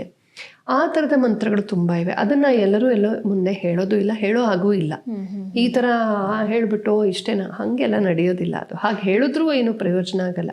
ಗುರುಮುಖೇನ ಭಕ್ತಿಯಿಂದ ಸರಿಯಾದ ದಿನ, ಸರಿಯಾದ ವ್ಯವಸ್ಥೆಯಲ್ಲಿ, ಸರಿಯಾದ ವಿಧಾನದಲ್ಲಿ ಪಡೆದು ಅದಕ್ಕಷ್ಟು ಭಕ್ತಿ, ಅಷ್ಟು ಗೌರವ ಕೊಟ್ಟು ಅವ್ರು ಹೇಳಿರ್ತಾರೆ, ಈ ದಿಕ್ಕಿನಲ್ಲಿ ಕೂತ್ಕೋ, ಈ ಥರ ಕೂತ್ಕೋ, ಈ ಆಸನದಲ್ಲಿ ಕೂತ್ಕೋ, ಇಂಥ ಮಾಲೆಯನ್ನು ಧರಿಸು, ತುಳಸಿ ಮಾಲೆಯನ್ನು, ರುದ್ರಾಕ್ಷಿ, ಇನ್ನೂ ಒಂದಿರುತ್ತೆ, ಒಂದೊಂದು ಪರಂಪರೆಯಲ್ಲಿ ಒಂದಿರುತ್ತೆ. ಇದು ಮಾಡು, ಪೂರ್ವದಲ್ಲಿ ಇದು ಸ್ಮರಣೆ ಮಾಡು, ಹಿಂಗೆ ಮಾಡು, ಯಾವುದೋ ಮುದ್ರೆ ಹಾಕು, ಹಿಂಗೆ ಮಾಡು, ಅಥವಾ ಬೀಜ ಹೇಳು, ಏನೋ ಇರುತ್ತೆ. ಅವರ ಒಂದೊಂದು ಪಂಥದಲ್ಲಿ ಒಂದೊಂದು ಥರ, ಎಷ್ಟೋ ಆಗಮಗಳು, ಎಷ್ಟೋ ತಂತ್ರಗಳು, ಎಷ್ಟೋ ತಂತ್ರಾಗಮಗಳು, ಎಷ್ಟೋ ಪದ್ಧತಿಗಳೆಲ್ಲ ಇವೆ. ಸೊ ಆಯಾ ಪದ್ಧತಿಯಲ್ಲಿ ಆಯಾ ದೇವತೆಗೆ ಆಯಾ ಬೀಜ, ಆಯಾ ಮಂತ್ರ, ಆಯಾ ಜಪವಿಧಾನ, ಆಯಾ ಕರ್ಮಗಳನ್ನು, ಅದಕ್ಕೆ ಪೂರ್ವ ಪಶ್ಚಾತ್ ವಿಧಿಗಳನ್ನು ಮಾಡುವಂಥದ್ದು, ದಾನ ಧರ್ಮಗಳು ಮಾಡುವಂಥದ್ದು, ಇಷ್ಟು ದಿನ ಆದಮೇಲೆ ಒಂದು ಮಂಡಲ ಪೂಜೆ ಆದಮೇಲೆ ಏನೋ ಉದ್ಯಾಪನೆ ಮಾಡುವಂಥದ್ದು, ದಾನ ಮಾಡುವಂಥದ್ದು, ತೀರ್ಥಾಟ, ಹೀಗೆ ತುಂಬ ಇರುತ್ತೆ. ಹೀಗೆ ಅಂತ ಹೇಳೋಕ್ಕಾಗಲ್ಲ. ಸನಾತನ ಧರ್ಮ ತುಂಬ ಕಾಂಪ್ಲೆಕ್ಸ್, ತುಂಬ ವಿಚಾರಗಳಿವೆ. ನಾವು ಎಲ್ಲಿರ್ತೀವಿ, ನಾವು ಯಾವ ಪಂಥದಲ್ಲಿ, ಕುಲದಲ್ಲಿ, ಪ್ರದೇಶದಲ್ಲಿ, ಯಾವ ಒಂದು ಇದರಲ್ಲಿ ಇದ್ದೀವಿ ಅನ್ನೋದು ಮುಖ್ಯ ಆಗುತ್ತೆ. ಈ ಥರ ಮಂತ್ರಕ್ಕೆ ಇಷ್ಟೆಲ್ಲ ಪ್ಯಾಕೇಜಿಂಗು ಇರುತ್ತೆ. ಮಹಾಮಂತ್ರಗಳು ಸರಳ ಮಂತ್ರಗಳು, ಓಂ ನಮಃ ಶಿವಾಯ, ಓಂ ನಮೋ ಭಗವತೆ ವಾಸುದೇವಾಯ ಇತ್ಯಾದಿ. ಇನ್ನು ಬ್ರಹ್ಮಾಂಡ ಪುರಾಣದಲ್ಲಿ ಲಲಿತೋಪಾಖ್ಯಾನ ಅಂತ ಬರುತ್ತೆ, ಲಲಿತಾದೇವಿ ಅವಳದು ಲಲಿತಾ ಸಹಸ್ರನಾಮವಿದೆ. ಆಮೇಲೆ ಲಲಿತಾ ತ್ರಿಶತಿ ಬರುತ್ತೆ, ಅಷ್ಟೋತ್ರಾದಿಗಳೆಲ್ಲ ಬರುತ್ತೆ. ಅಲ್ಲಿ ಇದು ಶ್ರೀ ಷೋಡಶಾಕ್ಷರಿ ಮಂತ್ರವನ್ನು ಸೇರಿಸಿದ್ದಾರೆ ಅಂತ ಹೇಳ್ತಾರೆ. ಅದು ಆ್ಯಕ್ಚುಲಿ ಪಂಚದಶಾಕ್ಷರಿ ಮಂತ್ರ. ಅದಕ್ಕೆ ಓಂ ಸೇರಿಸಿದಾಗ ಷೋಡಶಾಕ್ಷರಿ ಮಂತ್ರ ಆಗುತ್ತೆ. 16 ಬೀಜಗಳ ಮಂತ್ರ, ತುಂಬ ಪವಿತ್ರವಾದ ಮಂತ್ರ. ಅದನ್ನು ಎಲ್ಲರಿಗೂ ಕೊಡೋದಿಲ್ಲ, ಯಾಕೆಂದರೆ ಇಂತಿಂಥ ವಿಧಿವಿಧಾನಗಳು ಪಾಲಿಸಿದವ್ರು ಮಾತ್ರ. ಎಲ್ಲರನ್ನೂ ಆರ್ಮಿನಲ್ಲಿ ತೊಗೊಂಡ್ಬಿಡ್ತಾರ. ಬೀದಿನಲ್ಲಿ MG ರೋಡಲ್ಲಿ ಹೋಗೋ ಹುಡುಗ ಪರವಾಗಿಲ್ಲ, ಗಟ್ಮುಟ್ಟಾಗಿದ್ದಾನೆ, ಎತ್ತರಕ್ಕಿದ್ದಾನೆ, ಚೆನ್ನಾಗಿದ್ದಾನೆ ಅಂತ ಎತ್ಕೊಂಡು ಹೋಗಿ ಆರ್ಮಿಗೆ ಹಾಕ್ಬಿಡ್ತಾರ. ದೇಹ ಫಿಟ್ಟಾಗಿ ಅಷ್ಟೇ ಇದ್ರೆ ಸಾಲದು, ಆ ಫಿಟ್ನೆಸ್ಸಲ್ಲೂ ಒಂದು ಕ್ವಾಲಿಟಿ ಇರಬೇಕು, ಅವನ ಲೈಫ್ ಸ್ಟೈಲ್ ಒಂದು ಕ್ವಾಲಿಟಿ ಇರಬೇಕು, ಅವನಿಗೆ ಕಮಿಟ್ಮೆಂಟ್ ಇರಬೇಕು, ಅವನ ಮನೋವೃತ್ತಿ ಹೆಂಗಿದೆ ಅದೆಲ್ಲ ನೋಡಬೇಕು. ಅಷ್ಟು ನೋಡಿದ್ಮೇಲೆ ಒಬ್ಬ ಸೈನಿಕ ಆಗೋದು. ಎಷ್ಟೋ ಜನ ಅಪ್ಲೈ ಮಾಡ್ತಾನೆ ಇರ್ತಾರೆ. ನನಗೆ ಪರಿಚಿತರಾದಂಥ ಯಂಗ್ಸ್ಟರ್ಸ್ ಎಷ್ಟೋ ಜನ ಅಪ್ಲೈ ಮಾಡ್ತಾರೆ, ಪಾಪ ಸಿಕ್ಕೋದಿಲ್ಲ. ದೇಶ ಸೇವೆ ಮಾಡ್ತೀನಿ ಅಂತ ಹೊರಟರು ಕಣ್ಕಂಡವ್ ನಂಗೆ ಎತ್ತಾಕೊಳ್ಳೋಕ್ಕಲ್ಲ. ನಮ್ಮ ಭಾರತೀಯ ಸೈನ್ಯ ಅಷ್ಟು ಚೆನ್ನಾಗಿರೋದು ಯಾಕೆ ಕ್ವಾಲಿಟಿನಲ್ಲಿ ಅಂದರೆ ಕಣ್ಕಂಡವನ್ನ ತಗೊಳ್ಳಲ್ಲ, ತುಂಬ ಫಿಲ್ಟರಿಂಗ್ ಆಗುತ್ತೆ. ಅದೇ ಥರ ಈ ಮಂತ್ರಾದಿಗಳಿಗೆ ಅರ್ಹತೆ, ಅಧಿಕಾರ ಅಂತ ಹೇಳ್ತಾರೆ, ಯೋಗ್ಯತೆ, ಎಲಿಜಿಬಿಲಿಟಿ ಎಲ್ರಿಗೂ ಎಲ್ಲವನ್ನ ಕೊಡೋದಿಲ್ಲ. ಅದು ಭೇದ ಭಾವ ಅಲ್ಲ. ಇದಕ್ಕೆ ನೀನು ಇಷ್ಟರ ಮಟ್ಟಿಗೆ ಕಮಿಟ್ ಆದರೆ ಕೊಡ್ತೀವಿ ಅಂತ. ಇಲ್ಲಿ ನಮ್ಮಲ್ಲಿ ಏನು ಗೊತ್ತಾ, ಸಾರಿ ಟು ಸೇ, ಬಟ್ ಅಬ್ರಹಾಮಿಕ್ ಮತಗಳ ಹಾಗೆ ಈ ಯುರೋಪಿಂದ ಬಂದಿದ್ದು, ಅರಬ್ ದೇಶದಿಂದ ಬಂದ ಮತಗಳಲ್ಲಿ ಪ್ರಚಾರದ ಹುಚ್ಚು. ಪ್ರಚಾರ ಮಾಡಿಬಿಡ್ಬೇಕು, ಎಲ್ಲರೂ ಒಪ್ಪಿಸ್ಬಿಡ್ಬೇಕು, ಎಲ್ಲರೂ ನಮ್ಮ ಇದಕ್ಕೆ ತಂದುಬಿಡ್ಬೇಕು, ನಾವೇ ಎಲ್ಲ ಕಡೆ ಇರಬೇಕು, ಬೇರೆ ಏನೂ ಇರಬಾರ್ದು. ಒಳ್ಳೆ ಮಾತಲ್ಲಿ ಹೇಳ್ತೀವಿ, ಇಲ್ಲದ್ರೆ ಹೆದರಿಸಿ ಹೇಳ್ತೀವಿ, ಇಲ್ಲದ್ರೆ ಲೂಟಿ ಹೊಡ್ತೀವಿ, ಇಲ್ಲದ್ರೆ ಸಾಯಿಸಿ ಬಿಡ್ತೀವಿ ಅಂತ. ಆ ಥರ ನಮ್ಮದು ಆಚಾರದ ಮತ, ಪ್ರಚಾರದ ಮತ ಅಲ್ಲ. ನಮ್ಮಲ್ಲಿ ಆದಷ್ಟು ರಹಸ್ಯವಾಗಿ ಇರುತ್ತೆ. ದೇವರ ಭಕ್ತನ ಸಂಬಂಧ ರಹಸ್ಯಕರವಾದದ್ದು. ಪ್ರಕಟವಾಗಿ ಅದಕ್ಕೆ ನಮ್ಮಲ್ಲಿ ಪ್ರಾರ್ಥನೆನೇ ಹೇಳ್ಕೊಡಲ್ಲ. ಹಿಂಗೆ ಪ್ರಾರ್ಥನೆ ಹಿಂಗೇ ಮಾಡಬೇಕು ಅಂತ ಲೌಡ್ ಸ್ಪೀಕರಲ್ಲಿ ಹೇಳೋದು ಕಡಿಮೆನೆ. ಇವೆ ಬೇಕು ಅಂದರೆ ಇದೆ. ಬೇಕು ಅಂತಂದರೆ ಪ್ರಾರ್ಥನಾ ವಿಧಿ ನಂಗೆ ಬೇಕು ಅಂದರೆ ಒಂದಿಷ್ಟು ಶ್ಲೋಕಗಳು ಹೇಳ್ಕೊಡ್ತೀವಿ, ಒಂದಿಷ್ಟು ಮಂತ್ರಗಳನ್ನು ದೀಕ್ಷೆ ಕೊಡ್ತಾರೆ. ಇಲ್ಲ ನಾನು ನನ್ನ ರೀತಿ ಮಾಡ್ತೀನಿ, ಸಂತೋಷ. ಒಂದು ಸ್ಟ್ಯಾಂಡರ್ಡ್ ಮಾಡಿ ಎಲ್ಲ ತಲೆ ಮೇಲೆ ಹೇರೋದು ನಮ್ಮಲ್ಲಿ ಇಲ್ಲ. ಇದು ಪ್ರಚಾರದ ಮತ ಅಲ್ಲವೇ ಅಲ್ಲ, ಇದು ಆಚಾರದ ಧರ್ಮ. ಹಾಗಾಗಿ ಆಚಾರಕ್ಕೇನು ಅಂತರ್ಮುಖವಾಗೋದು. ನಾನು ಹೊರಗಡೆ ಎಷ್ಟು ಬದುಕ್ತೀನೋ ಅದಕ್ಕಿಂತ ಹೆಚ್ಚು ಆಳವಾಗಿ ನಾನು ಒಳಗಡೆ ಬದುಕಬೇಕು. ಅದು that is a secret of success. ನೀವು ಯಾವುದೇ ತುಂಬ ಯಶಸ್ವಿ ವ್ಯಕ್ತಿಯನ್ನು ನೋಡಿ, ಅವ್ರು ಬರೀ ಬಹಿರ್ಮುಖವಾಗಿರಲ್ಲ, ಅವ್ರು ಒಳಗಡೆ ತುಂಬ ಹೋಮ್ವರ್ಕ್ ಮಾಡಿರ್ತಾರೆ. ತನ್ನ ಮನಸ್ಸನ್ನು, ಬುದ್ಧಿಯನ್ನು ನಿಯಂತ್ರಿಸಿ, ತನ್ನ ಜೀವನವನ್ನು, ಮಾತನ್ನು, ಕೃತಿಯನ್ನು ನಿಯಂತ್ರಿಸಿ ಪ್ಲ್ಯಾನ್ ಮಾಡಿ ಒಳಗಡೆ ಒಂದಷ್ಟು ಕೃಷಿ ಆದರೆ ಮಾತ್ರ ಹೊರಗಡೆ ತುಂಬ ಚೆನ್ನಾಗಿ ಬದುಕೋಕ್ಕಾಗುತ್ತೆ ನಮಗೆ. ಆ ಒಳಗಡೆಯ ಕೃಷಿಗಾಗಿ ಇದು ತುಂಬ ಸಹಾಯಕ. ಮಂತ್ರಗಳು ಅಂತರ್ಮುಖವಾಗಿ ಒಂದು ಕಡೆ ಕೂತ್ಕೊಳ್ಳೋದು, 5 ನಿಮಿಷ ಕೂತ್ಕೊಂಡು ನೋಡಿ ಎಷ್ಟು ಕಷ್ಟ ಅಂತ ಗೊತ್ತಾಗುತ್ತೆ. 5 ನಿಮಿಷ ಸುಮ್ಮನೆ ಕೂತ್ಕೊಳ್ಳೋದು ನಮ್ಮ ಜೀವನದ ದೊಡ್ಡ ಚಾಲೆಂಜ್. ಅದು ನಾವು ಎಷ್ಟು ಕೆಲಸ ಮಾಡಬಲ್ವಿ ಅನ್ನೋದು, ನಾವು ಎಷ್ಟು ಹೊತ್ತು ಸುಮ್ಮನೆ ಕೂತ್ಕೊಳ್ಬಲ್ವಿ ಅನ್ನೋದ ಮೇಲೆ ನಿರ್ಣಯವಾಗುತ್ತೆ ಅಂತ ರಾಮಕೃಷ್ಣ ಪರಮಹಂಸರ ಶಿಷ್ಯರೊಬ್ಬರು ಹೇಳ್ತಾರೆ, ದೊಡ್ಡ ಸ್ವಾಮಿಗಳು. ಸುಮ್ಮನಿರೋದು ಅಂದ್ರೆ ಬರೀ ಕೈಕಾಲು ಕಟ್ಕೊಂಡು ಕೂತ್ಕೊಳ್ಳೋದಲ್ಲ, ಮನಸ್ಸು ಸುಮ್ಮನಿರ್ಬೇಕು, ಬುದ್ಧಿ ಸುಮ್ಮನಿರ್ಬೇಕು, ಒಂದೇ ಸಚ್ಚಿದಾನಂದದ ಭಾಸದಲ್ಲಿ ಸುಮ್ಮನಿರ್ಬೇಕು ನಾವು. ಅದು ಸಾಧ್ಯವಾದಾಗ ಆಮೇಲೆ ನಮಗೆ ಬಹಿರ್ಮುಖವಾದರೆ ಅಷ್ಟು ಕೆಲಸ ಮಾಡ್ತೀವಿ. ವಿವೇಕಾನಂದರ ಉದಾಹರಣೆ ತೆಗೆದುಕೊಳ್ಳಿ. ಅವ್ರೇನಾದ್ರು ಹಿಂಗೆ ಕಣ್ಮುಚ್ಕೊಂಡು ಕೂತ್ಕೊಂಡ್ರೆ 7 ಗಂಟೆ, 8 ಗಂಟೆ, 9 ಗಂಟೆ ಒಂದು ದಿನ ಮರಗಟ್ಟದಂತೆ ಕೂತು ಬಿಡೋರಂತೆ. ಊಟ, ತಿಂಡಿ, ಬಾಯಾರಿಕೆ, ಟಾಯ್ಲೆಟ್ ಏನಕ್ಕೂ ಹೇಳ್ತಿರ್ಲಿಲ್ವಂತೆ. ಕೋಲ್ಕತ್ತಾದ ರಾಕ್ಷಸಾಕಾರದ ಸೊಳ್ಳೆಗಳು ನಾನು ನೋಡಿದ್ದೀನಿ. ಕೋಲ್ಕತ್ತಾ ಕಚ್ಚಿಸ್ಕೊಂಡಿದ್ದೀನಿ. ಇಷ್ಟಿಷ್ಟು ದಪ್ಪ ಇರುತ್ತವೆ ಸೊಳ್ಳೆಗಳು, ತುಂಬ ದೊಡ್ಡ ಸೊಳ್ಳೆ. ಅಲ್ಲಿ ಮೈ ತುಂಬ ಒಳ್ಳೆ ಕಂಬಳಿ ಹೊತ್ಸ್ದಂಗೆ. ಅವಾಗೆಲ್ಲ ಅವರೆಲ್ಲ ಶರ್ಟ್ ಎಲ್ಲ ಹಾಕ್ಕೊಡಲ್ಲ, ಬಂಗಾಳದ ಆಕಾರದ ಚಿತ್ರಗಳು ನೋಡಿದ್ರೆ ಗೊತ್ತಾಗುತ್ತೆ. ಅವ್ರು ಹಿಂಗೆ ಕೂತ್ಕೊಂಡ್ಬಿಟ್ರೆ ಮೈ ಮೇಲೆ ಕಂಬಳಿ ಹೊತ್ತಿಸ್ದಂಗೆ ಸೊಳ್ಳೆ ಕೂತ್ಕೊಂಡು ಕಚ್ತಾ ಇರೋದು, ಪ್ರಜ್ಞೆನೇ ಇರ್ತಿರ್ಲಿಲ್ಲ. ಅಂದರೆ ಆ ಥರದ ಕಾನ್ಸಂಟ್ರೇಷನ್ ಇತ್ತು ಅವ್ರಿಗೆ. ಪುಸ್ತಕ ಓದಿದ್ರೆ ಆ ಕಾಲದ ಎನ್ಸೈಕ್ಲೋಪೀಡಿಯಾ ಬ್ರಿಟಾನಿಕಾ ಸಂಪೂರ್ಣ ಬಾಯ್ಪಾಠ ಆಗಿತ್ತು. ಎಷ್ಟು ಸಲ ಓದಿದ್ರಿ ಸ್ವಾಮಿ? 1 ಸಲ ಓದಿದೆ. ಸಾಧ್ಯ ಅದು. ಇದೆಲ್ಲ ಆಶ್ಚರ್ಯ. ನಮ್ಮ ಋಷಿಗಳು ಹಾಗೆ ಇದ್ದಿದ್ದು. ಇದು ನಮ್ಮಲ್ಲೂ ಇದೆ ಶಕ್ತಿ, ನಮ್ಮ ಮಕ್ಕಳಲ್ಲಿ ಇದೆ. ನಾನು ಹಾರ್ನೆಸ್ ಮಾಡ್ತಿಲ್ಲ. ಮೆಕಾಲೆ ಸಿಸ್ಟಮಲ್ಲಿ ಅದಕ್ಕೆಲ್ಲ ಅವಕಾಶ ಇಲ್ಲ, ಗುರುಕುಲ ಪದ್ಧತಿಯಲ್ಲಿ ಇತ್ತು. ಇಂಥ ವಿವೇಕಾನಂದರು ಬಹಿರ್ಮುಖವಾದಾಗ, ಒಂದು ಪುಸ್ತಕ ಓದುವಾಗ ಒಮ್ಮನದಿಂದ ಹಿಂಗೆ ಓದ್ಕೊಂಡು ಹೋಗ್ಬಿಟ್ರೆ ಅವ್ರು ನಂಬೋದೇ ಇಲ್ಲ. ಒಬ್ಬ ಗೋವಾನಲ್ಲಿ ಯಾವುದೋ ಒಂದು ಲೈಬ್ರರಿನಲ್ಲಿ ಹಾಗೆ ಎನ್ಸೈಕ್ಲೋಪೀಡಿಯಾ ದಿನಕ್ಕೆ 2-3 ಓದಿ ಮುಗಿಸ್ತಿರ್ತಾರೆ. ಅವ್ನು ಲೈಬ್ರರಿಯನ್ನು ಫ್ರೆಂಚ್ ಅವನೋ ಏನೋ ಬ್ರಿಟಿಷ್ ಅವನು ನಂಬಕ್ಕೆ ಏನು ಸುಮ್ಮನೆ ಬಂದು ದಿನ ಬರೋದು ಹೋದು. ಏನು ಯುವರ್ ಫ್ಲಿಪ್ಪಿಂಗ್ ಪೇಜಸ್ ಕ್ರಾಸ್? ಇಲ್ಲ, ಐ ಆಮ್ ರೀಡಿಂಗ್. ಅದೇ ಸಾಧ್ಯ? ಏನು ಬೇಕಾದ್ರೂ ಕೇಳೋದು. ಅದು ಎಲ್ಲಿ ಪ್ರಶ್ನೆ ಕೇಳಿದ್ರು ಉತ್ತರ ಕೊಡೋದಷ್ಟೇ ಅಲ್ಲ, ಒಳ್ಳೆ ಓದಿದ ಹಾಗೆ ಪಟ ಪಟ ಪಟ ಪಟ ಅಂತ ವಾಕ್ಯ ಅಕ್ಷರ ಒಪ್ಪಿಸ್ಬಿಡ್ತಾರೆ. ಅವ್ನಿಗೆ ಶಾಕ್ ಆಗಿಬಿಡುತ್ತೆ, ಸ್ವಾಮೀಜಿ ಹಂಗೆ ಸಾಧ್ಯ ಇದೆ, ಇದೆಲ್ಲ ಬ್ರಹ್ಮಚರ್ಯದಿಂದ ಸಾಧ್ಯ, ಇದೆಲ್ಲ ಯೋಗದ ಶಕ್ತಿ ಅಂತ ಇಷ್ಟು ಸಹಜವಾಗಿ ಹೇಳ್ತಾರೆ. 12 ವರ್ಷಗಳ ಕಾಲ ಯಾರು ಬ್ರಹ್ಮಚರ್ಯ ಪಾಲನೆ ಅಖಂಡ ಅಖಂಡ, ಪಕ್ಕದ ಮನೆ ಹುಡುಗಿ ಕಡೆಗೆ ಹೋಗ್ಬಾರ್ದು ಕಣ್ಣು, ಯಾವುದೇ ಹುಚ್ಚು ರಾಜ್ಕುಮಾರ ಬಂದು ತಲೆಯಲ್ಲಿ ಕೂತ್ಕೋಬಾರ್ದು, ಶುದ್ಧವಾಗಿರ್ಬೇಕು. 12 ವರ್ಷ ಕನಿಷ್ಠ ಪ್ರತಿಯೊಬ್ಬರೂ ತಮ್ಮ ಜೀವನದಲ್ಲಿ ಆ ವಿದ್ಯಾಭ್ಯಾಸದ ಕಾಲದಲ್ಲಿ, ಆವಾಗಲೇ ನೋಡಿ ಹಾಳಾಗೋದಿಲ್ಲ, ಶುದ್ಧವಾಗಿದ್ದು ಬಿಟ್ರೆ 12 ವರ್ಷ ಅಂತ ವಿವೇಕಾನಂದರು ಹೇಳೋ ಮಾತು ನಾನು ಹೇಳ್ತೀನಿ, ನಂದಲ್ಲ, ಯಾವ ಮಾತು ನಂದಲ್ಲ, ಪರಂಪರೆಯಲ್ಲಿ ಕೇಳಿದ್ದು ದೊಡ್ಡವರಿಂದ. 12 ವರ್ಷಗಳ ಕಾಲ ಯಾರು ಅಖಂಡ ಬ್ರಹ್ಮಚರ್ಯ ಮಾಡ್ತಾರೆ ಅವ್ರಿಗೆ ಮೇಧಾಶಕ್ತಿ ಅಂತ ಇಲ್ಲೊಂದು ನಾಡಿ, ಮೇಧಾನಾಡಿ, ಅದು ಜಾಗೃತವಾಗತ್ತಂತೆ. ಹಾಗೆ ಮೇಧಾವಿ ಆಗ್ತಾನೆ ಅವನು ಅಂತ, ಮೇಧಾವಿನಿ ಆಗ್ತಾಳೆ ಅಂತ. ಆವಾಗ ಅವ್ರಿಗೆ ಗ್ರಾಸ್ಪಿಂಗ್ ಪವರ್ ಎಕ್ಸ್ಟ್ರಾ ಆರ್ಡಿನರಿ ಇರುತ್ತೆ. ಒಂದು ಸಲ ಕೇಳಿದ್ರೆ, ಒಂದು ಸಲ ನೋಡಿದ್ರೆ ಸಂಪೂರ್ಣ ಅವ್ರಿಗೆ ಗ್ರಾಹ್ಯವಾಗಿಬಿಡುತ್ತೆ. ಉತ್ತರೋತ್ತರ ಇನ್ನೂ ಏನೇನೋ ಸಿದ್ಧಿಗಳೆಲ್ಲ ಇದೆ. ಇದೆಲ್ಲ ಈ ಜೀವನದಲ್ಲಿ ಇರೋದೇ, ನಾವು ಅದಕ್ಕೆ ಡಿಸ್ಕನೆಕ್ಟ್ ಆಗಿದ್ದೀವಿ ಅಷ್ಟೇ. ನಮ್ಮ ಮೊಬೈಲಲ್ಲಿ ವೈಫೈಗೆ ಪಾಸ್ವರ್ಡ್ ಇಲ್ಲ ಅಷ್ಟೇ, ವೈಫೈ ಇದ್ದೇ ಇದೆ. ಹಾಗೆ ಎಲ್ಲ ಕಡೆ ಈ ಜ್ಞಾನ ಇದೆ, ಕನೆಕ್ಟ್ ಆಗಬೇಕು. ನಾನು ವಿವೇಕಾನಂದರ ವಿಷಯ ಹೇಳ್ತಿದ್ದೆ. ವಿವೇಕಾನಂದರು ಅಷ್ಟು ಅಂತರ್ಮುಖವಾಗಿ, ಅಷ್ಟು ಶಾಂತವಾಗಿ ಜಡ ಸಮಾಧಿಗೆ ಹೋಗಬಲ್ಲವರು ಆದ್ರಿಂದ ಬಹಿರ್ಮುಖವಾದರೆ ಅಷ್ಟು ಕೆಲಸ ಮಾಡ್ತಾಯಿದ್ರು ಅವರು. ಕೇವಲ ಇವಾಗ ವಿವೇಕಾನಂದರ ಬಗ್ಗೆ ಓದುವಾಗ ಎಷ್ಟು ವರ್ಷ ಏನೇನು ಮಾಡಿಬಿಟ್ರು ಅಂತ ಅಂದ್ಕೊಳ್ತೀವಿ. ಕೇವಲ 7 ವರ್ಷ ಅವ್ರು ಕೆಲಸ ಮಾಡಿದ್ದು, ಓನ್ಲಿ 7 years, 7 ವರ್ಷ ಅಷ್ಟೇ ಅವರು ಸಾರ್ವಜನಿಕವಾಗಿ ಕೆಲಸ ಮಾಡಿದ್ದು.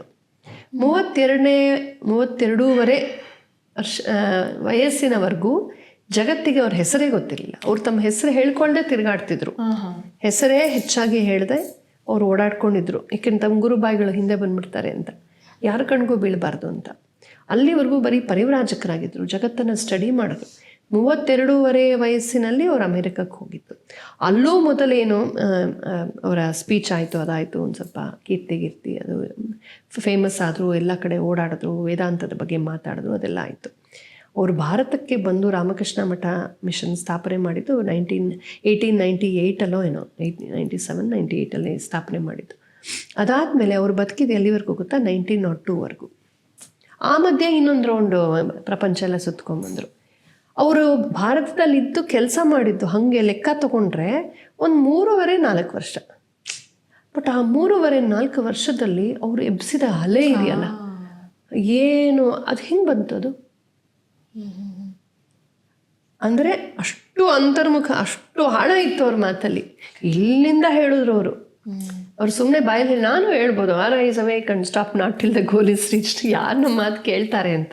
ಯಾಕೆಂದರೆ ಬರೀ ಇಲ್ಲಿಂದ ಬಂದಿರುತ್ತೆ. ಅವರು ತಪಸ್ಸಿನಿಂದ ಹೇಳಿದ್ದು ಅದೇ ಆ ಮಂತ್ರಶಕ್ತಿ ಅಂದರೆ ಅದು. ಅವರು ರಾಮನ ಪರಮ ಭಕ್ತರಾಗಿದ್ದರು, ರಾಮ ಮಂತ್ರ ದೀಕ್ಷೆನೇ ಪಡೆದಿದ್ರು. ತುಂಬ ಜನಕ್ಕೆ ಗೊತ್ತಿಲ್ಲ. ವಿವೇಕಾನಂದರು ಮಾಡರ್ನ್ ಸ್ವಾಮೀಜಿಗಳು ಶೂಸ್ ಹಾಕ್ಕೊಳ್ತಿದ್ರು, ಅಮೆರಿಕಕ್ಕೆ ಹೋಗಿ ಬಂದರು, ಕೋಟ್ ಹಾಕ್ಕೊಂಡ್ರು, ಬರೀ ಬಾಹ್ಯ ವಿವರಗಳನ್ನು ನೋಡ್ತಾರೆ. ಅವರು ಸಾಯುವ ಹಿಂದಿನ 2 ದಿನದವರೆಗೂ ಕೂಡ ಅಕ್ಯೂಟ್ ಡಯಾಬಿಟಿಕ್ ಆಗಿದ್ದರು, 3 ಹಾರ್ಟ್ ಅಟ್ಯಾಕ್ ಆಗಿತ್ತು, ಅಕ್ಯೂಟ್ ಆಸ್ಮಾಟಿಕ್ ಆಗಿದ್ದರು. ಆವಾಗ ಇನ್ಸುಲಿನ್ ಬೇರೆ ಇರಲಿಲ್ಲ. ಈ 3 ವಿಪರೀತ ಕಾಯಿಲೆಗಳು ಅವರನ್ನು ಜರ್ಜರಿತವಾಗಿಸಿತ್ತು. ಎಂಥ ಜಟ್ಟಿಯ ದೇಹ ಗೊತ್ತಾ ಅವ್ರದ್ದು. ಹಿಮಾಲಯದಲ್ಲೆಲ್ಲ ಬರಿಗಾಲಲ್ಲಿ ಓಡಾಡೋಂಥವ್ರು, ಕೇವಲ ಕೌಪಿನ ದಾರಿಯಾಗಿ ಅಮರನಾಥ್ ಯಾತ್ರೆ ಮಾಡ್ಕೊಂಬಂದಂಥವ್ರು, ಅಷ್ಟು ಗಟ್ಟುಮುಟ್ಟಾದ ಪೈಲ್ವಾನ್ ದೇಹ ಅವ್ರದ್ದು. ಆದರೂ ಎಷ್ಟು ಸವಸ್ಬಿಟ್ಟಿದ್ದಾರೆ ಸಮಾಜಕ್ಕೆ ಅಂದರೆ ಅಷ್ಟು ದುರ್ಬಲವಾಗಿದ್ದರು. ಅಂಥ ಸ್ಥಿತಿಯಲ್ಲೂ ಕೂಡ ಯಾರೆಷ್ಟೆಲ್ಲೂ ಕೇಳ ನಿರ್ಜಲ ಏಕಾದಶಿ ಮಾಡೋರು. ಆ ಭಕ್ತಿ ನಾನು ಹೇಳೋದು, ಒಳಗಡೆ ರಾಮ ಭಕ್ತಿ ಇತ್ತಲ್ಲ, ರಾಮ ರಾಮ ರಾಮ ರಾಮ ರಾಮ ರಾಮ ಹೇಗೆ ಅವರು ಅಂಟ್ಕೊಂಡಿದ್ರು. ಹೊರಗಡೆ ಅವ್ರ ಗರ್ಜನೆ, ಸಿಂಹಗರ್ಜನೆ, ಮೇಧಾಶಕ್ತಿ, ಅವ್ರ ಇಂಗ್ಲೀಷು, ಅವ್ರ ಕೆಲಸ, ಅವ್ರ ಕರ್ಮಯೋಗ ಕಾಣಿಸುತ್ತೆ. ಇದೆಲ್ಲಕ್ಕೂ ಸೀಡಲ್ಲಿದೆ ಬೀಜ ಒಳಗಡೆ.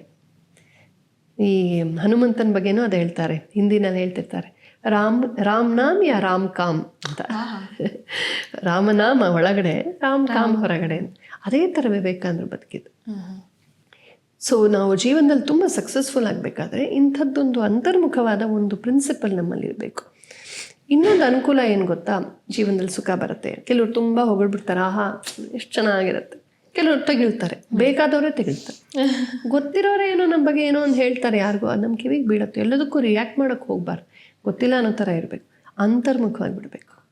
ಯಾವಾಗ ನೋವಾಗತ್ತೋ, ದುಃಖ ಆಗುತ್ತೋ, ನಿರಾಶೆ ಆಗುತ್ತೋ, ಏನೋ ಒಂದು ಕೈ ಕೂಡಲಿಲ್ಲ, ಆಗ ಅಲ್ಲೇ ಗುರುಪ್ತಾ ಕೂತ್ಕೊಳ್ಳೋದು, ದುಃಖ ಪಡೋದಲ್ಲ. ಆಗ ಲೌಕಿಕದಲ್ಲಿ ಇದೆಲ್ಲ ಇದ್ದದ್ದೇ ಬಿಡು, ಪಾರಮಾರ್ಥಿಕ ನೋಡೋಣ ಅಂತ ಡಿಸ್ಕನೆಕ್ಟ್ ಮಾಡಿಕೊಂಡು, ಮೊಬೈಲ್ ಸ್ವಿಚ್ ಆಫ್ ಮಾಡಿಕೊಂಡು ಒಳಗಡೆ ಹೋಗಬೇಕು ನಾವು. ನಮ್ಮೊಳಗೆ ನಾವು ಹೋಗಬೇಕು. ಅದಕ್ಕೆ ಈ ಮಂತ್ರ ಸಹಾಯ ಮಾಡುತ್ತೆ. ಮನನ ಮಾಡ್ತಾ ಮಾಡ್ತಾ ಮಾಡ್ತಾ ಮನಸ್ಸು ಶಾಂತವಾಗುತ್ತೆ, ಫೋಕಸ್ ಆಗುತ್ತೆ, ಒಂಥರ ಎನರ್ಜಿ ಬರುತ್ತೆ. ಒಂದು ಮಂತ್ರವನ್ನು 1000 ಸಲ, 10,000 ಸಲ, ಒಂದು 20,000 ಸಲ, 1,00,000 ಸಲ, ಕೋಟಿ ಸಲ. ಶಾರದಾದೇವಿಯವರು ಅಂತಿದ್ರು, ರಾಮಕೃಷ್ಣ ಪತ್ನಿ. ಅವ್ರ ಬಗ್ಗೆ ಹೆಚ್ಚಿನ ಜನಕ್ಕೆ ಗೊತ್ತಿಲ್ಲ. ಮಿಸಸ್ ರಾಮಕೃಷ್ಣ ಅಂದ್ಕೊಂಡಿದ್ದಾರೆ. ದೊಡ್ಡ ಯೋಗಿನಿ ಅವರು, ಪತಿವ್ರತೆ, ಕರ್ಮಯೋಗಿನಿ. ಕೆಲಸ ನಿಸ್ವಾರ್ಥ ಸೇವೆ ಮಾಡೋರು, ಹಳ್ಳಿ ಹೆಂಗಸು. ಬಟ್ ಅವರು ಪ್ರತಿದಿನ ಕೂತ್ಕೊಂಡು ಲಕ್ಷಗಟ್ಟಲೆ ಜಪ ಮಾಡೋರು. ಹಿಂಗೆ ಕೂತ್ಕೊಂಡು 1 ಲಕ್ಷ, 2 ಲಕ್ಷ, 3 ಲಕ್ಷ ಜಪ ಮಾಡಬೇಕು ಅಂದರೆ ಎಷ್ಟು ಮನೋಬಲ ಬೇಕು. ಮತ್ತು ಆ ಮಂತ್ರದ ಪವರು ಹಾಗಿರುತ್ತೆ.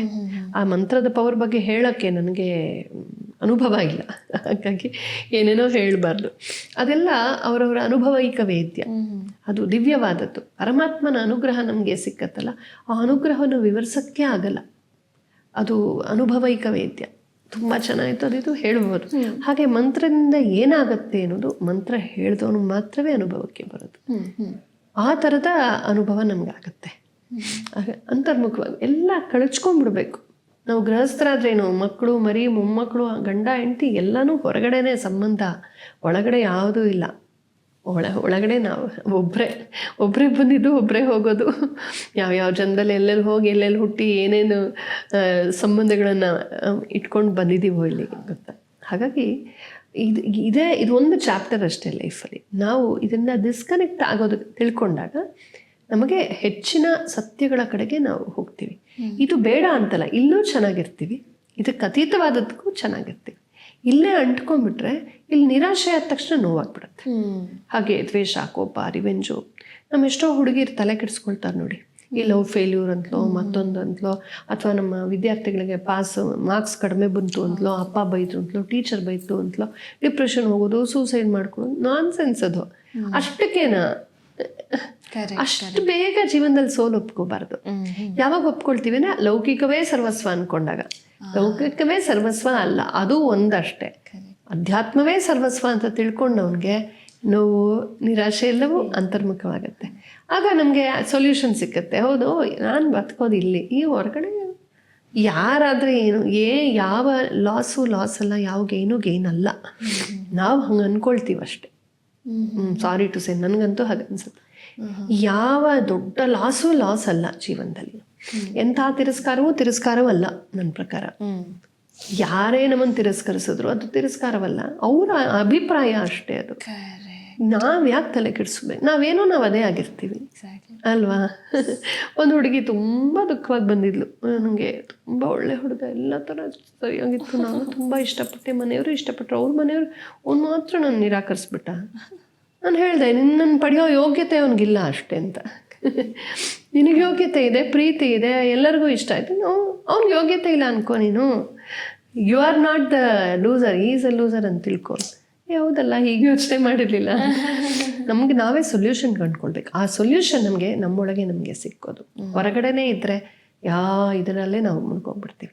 ಒಂದು ಹುಡುಗಿ ತುಂಬ ದುಃಖವಾಗಿ ಬಂದಿದ್ಲು ನನಗೆ. ತುಂಬ ಒಳ್ಳೆ ಹುಡುಗ, ಎಲ್ಲ ಥರ ಸರಿಯಾಗಿತ್ತು, ನಾನು ತುಂಬ ಇಷ್ಟಪಟ್ಟೆ, ಮನೆಯವರು ಇಷ್ಟಪಟ್ಟರು. ಅವ್ರ ಮನೆಯವರು ಅವ್ನು ಮಾತ್ರ ನಾನು ನಿರಾಕರಿಸ್ಬಿಟ್ಟ. ನಾನು ಹೇಳಿದೆ, ನಿನ್ನನ್ನು ಪಡೆಯೋ ಯೋಗ್ಯತೆ ಅವನಿಗಿಲ್ಲ ಅಷ್ಟೇ ಅಂತ. ನಿನಗೆ ಯೋಗ್ಯತೆ ಇದೆ, ಪ್ರೀತಿ ಇದೆ, ಎಲ್ಲರಿಗೂ ಇಷ್ಟ ಆಯಿತು, ಅವ್ನಿಗೆ ಯೋಗ್ಯತೆ ಇಲ್ಲ ಅನ್ಕೋ ನೀನು. You are not the loser, is a loser ಅಂತ ತಿಳ್ಕೊ. ಯಾವುದಲ್ಲ, ಹೀಗೆ ಯೋಚನೆ ಮಾಡಿರಲಿಲ್ಲ. ನಮಗೆ ನಾವೇ ಸೊಲ್ಯೂಷನ್ ಕಂಡುಕೊಳ್ಬೇಕು. ಆ ಸೊಲ್ಯೂಷನ್ ನಮ್ಮೊಳಗೆ ನಮಗೆ ಸಿಕ್ಕೋದು. ಹೊರಗಡೆನೇ ಇದ್ದರೆ ಇದರಲ್ಲೇ ನಾವು ಮುನ್ಕೊಂಡ್ಬಿಡ್ತೀವಿ. ಮಂತ್ರ ಅನ್ನೋದು ತುಂಬ ನಮಗೆ ಪ್ರಯೋಜನ ಕೊಡುತ್ತೆ. It's A kind of auto suggestion. ನಮ್ಮೊಳಗೆ ನಮಗೆ ನಾವೇ ಕೌನ್ಸಲಿಂಗ್ ಮಾಡ್ಕೊಳ್ಳೋಂಥದ್ದು, ಆಪ್ತ ಸಲಹೆ ಕೊಡೋದಕ್ಕೆ. ಮತ್ತು ಮಂತ್ರವನ್ನು ಹೇಳ್ತಾ ಪವಿತ್ರವಾದ ತರಂಗಗಳೇನಿದೆ, ಓಂಕಾರದ ಪುರಸರವಾಗಿ ಬೇರೆ ಬೇರೆ ಬೀಜಗಳನ್ನು ಹೇಳ್ಕೊಂಡು ಮಂತ್ರಗಳನ್ನು, ದೇವತಾ ನಾಮ ಹೇಳುವಾಗ ಎಲ್ಲ ಮಂತ್ರಗಳಲ್ಲೂ ಬೀಜ ಇರುತ್ತೆ ಅಂತಿಲ್ಲ. ಈಗ ಓಂ ನಮಃ ಶಿವಾಯಲ್ಲಿ ಬೀಜ ಏನಿಲ್ಲ, ಓಂಕಾರ ಒಂದೇ ಇರೋದು ಅಲ್ಲಿ ಬೀಜ, ಪರಮ ಬೀಜ. ಆದರೆ ಶಿವ ಅನ್ನೋ ಪದವೇ ಅಷ್ಟು ಉತ್ಕೃಷ್ಟವಾದದ್ದು. ಹಾಗಾಗಿ ಕೆಲವು ಕಡೆ ಬೀಜಾಕ್ಷರಗಳಿರಲ್ಲ. ಓಂ ಅಂತೂ ಇರಲೇಬೇಕು. ಓಂ ಇಲ್ಲದ ಮಂತ್ರವೇ ನಿಮಗೆ ಮಂತ್ರತ್ವವೇ ಆಗಲ್ಲ. ವೇದೋಕ್ತವಾದ ಮಂತ್ರಗಳು ಇವೆ, ತಂತ್ರೋಕ್ತವಾದ ಮಂತ್ರಗಳಿವೆ ತಂತ್ರಾದಿ ಪದ್ಧತಿಗಳಲ್ಲಿ. ಹಾಗೆ ಆಗಮೋಕ್ತವಾದಂಥ ಒಂದು ಶ್ಲೋಕಗಳು, ಮಂತ್ರಗಳು ಕೂಡ ಇವೆ. ಎಲ್ಲ ಬೆರೆಸ್ಕೊಂಡು ಮಾಡುವಂಥ ಪೂಜಾ ಪದ್ಧತಿಗಳಿವೆ. ಇನ್ನು ಅರ್ವಾಚೀನ ಕಾಲದಲ್ಲಿ ವಾಸಿಷ್ಠ ಗಣಪತಿ ಮುನಿಗಳು ಅಂತ ಇದ್ರು.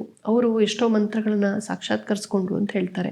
ಮಂತ್ರಶಾಸ್ತ್ರಗಳೆಲ್ಲ ಲುಪ್ತವಾಗಿದ್ದು, ಅಂದರೆ ಈ ಆಕ್ರಮಣಗಳೆಲ್ಲ ಆಗಿ ಎಲ್ಲ ನಾಶ ಮಾಡಿ, ಗ್ರಂಥಾಲಯಗಳನ್ನ ನಾಶ ಮಾಡಿ.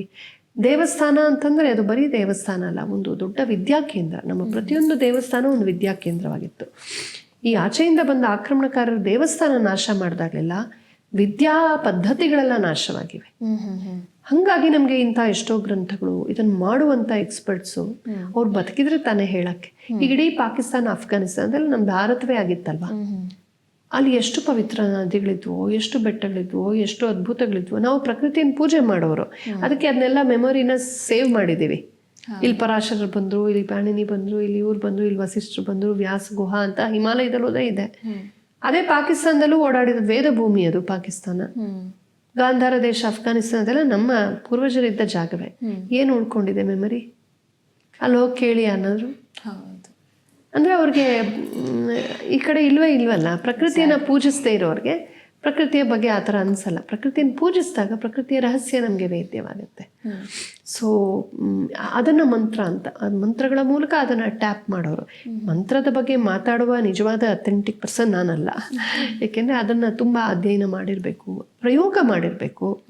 ಯಾವುದೇ ಪ್ರಯೋಗಿಸದೆ ನಾವು ಅದ್ರ ಬಗ್ಗೆ ಸರಿ ಅಂತಲೂ ತಪ್ಪು ಅಂತಲೂ ಹೇಳೋದು ತಪ್ಪಾಗುತ್ತೆ. ಸ್ಥೂಲವಾಗಿ ನಾನು ಗುರು ಹಿರಿಯರಿಂದ ತಿಳ್ಕೊಂಡದನ್ನು ಅಷ್ಟೇ ಹೇಳಿದ್ದೀನಿ. ತುಂಬ ಮಂತ್ರಗಳಿವೆ. ನಮ್ಮ ಜೀವನಕ್ಕೆ ತಾರಕವಾದ ಯಾವುದಾದ್ರು ಒಂದು ಮಂತ್ರ ಇದ್ರೆ ಒಳ್ಳೆಯದು. ಶ್ರೀರಾಮ ಜಯ ರಾಮ ಜಯ ಜಯ ರಾಮ ತಾರಕ ಮಂತ್ರ ಅಂತ ಹೇಳ್ತಾರೆ. ಓಂ ನಮಃ ಶಿವಾಯ ತಾರಕ ಮಂತ್ರ ಅಂತ ಹೇಳ್ತಾರೆ. ಹೀಗೆ ಮೃತ್ಯುಂಜಯ ಮಂತ್ರ ಇದೆ, ತ್ರಯಂಬಕಂ ಯಜಾಮಹೇ ಅಂತ ಬರುತ್ತೆ, ವೇದದಲ್ಲಿ ಬರುತ್ತೆ. ತುಂಬ ಇವೆ, ತುಂಬ ಪ್ರಸಿದ್ಧವಾದದೆಲ್ಲ ಇವೆ.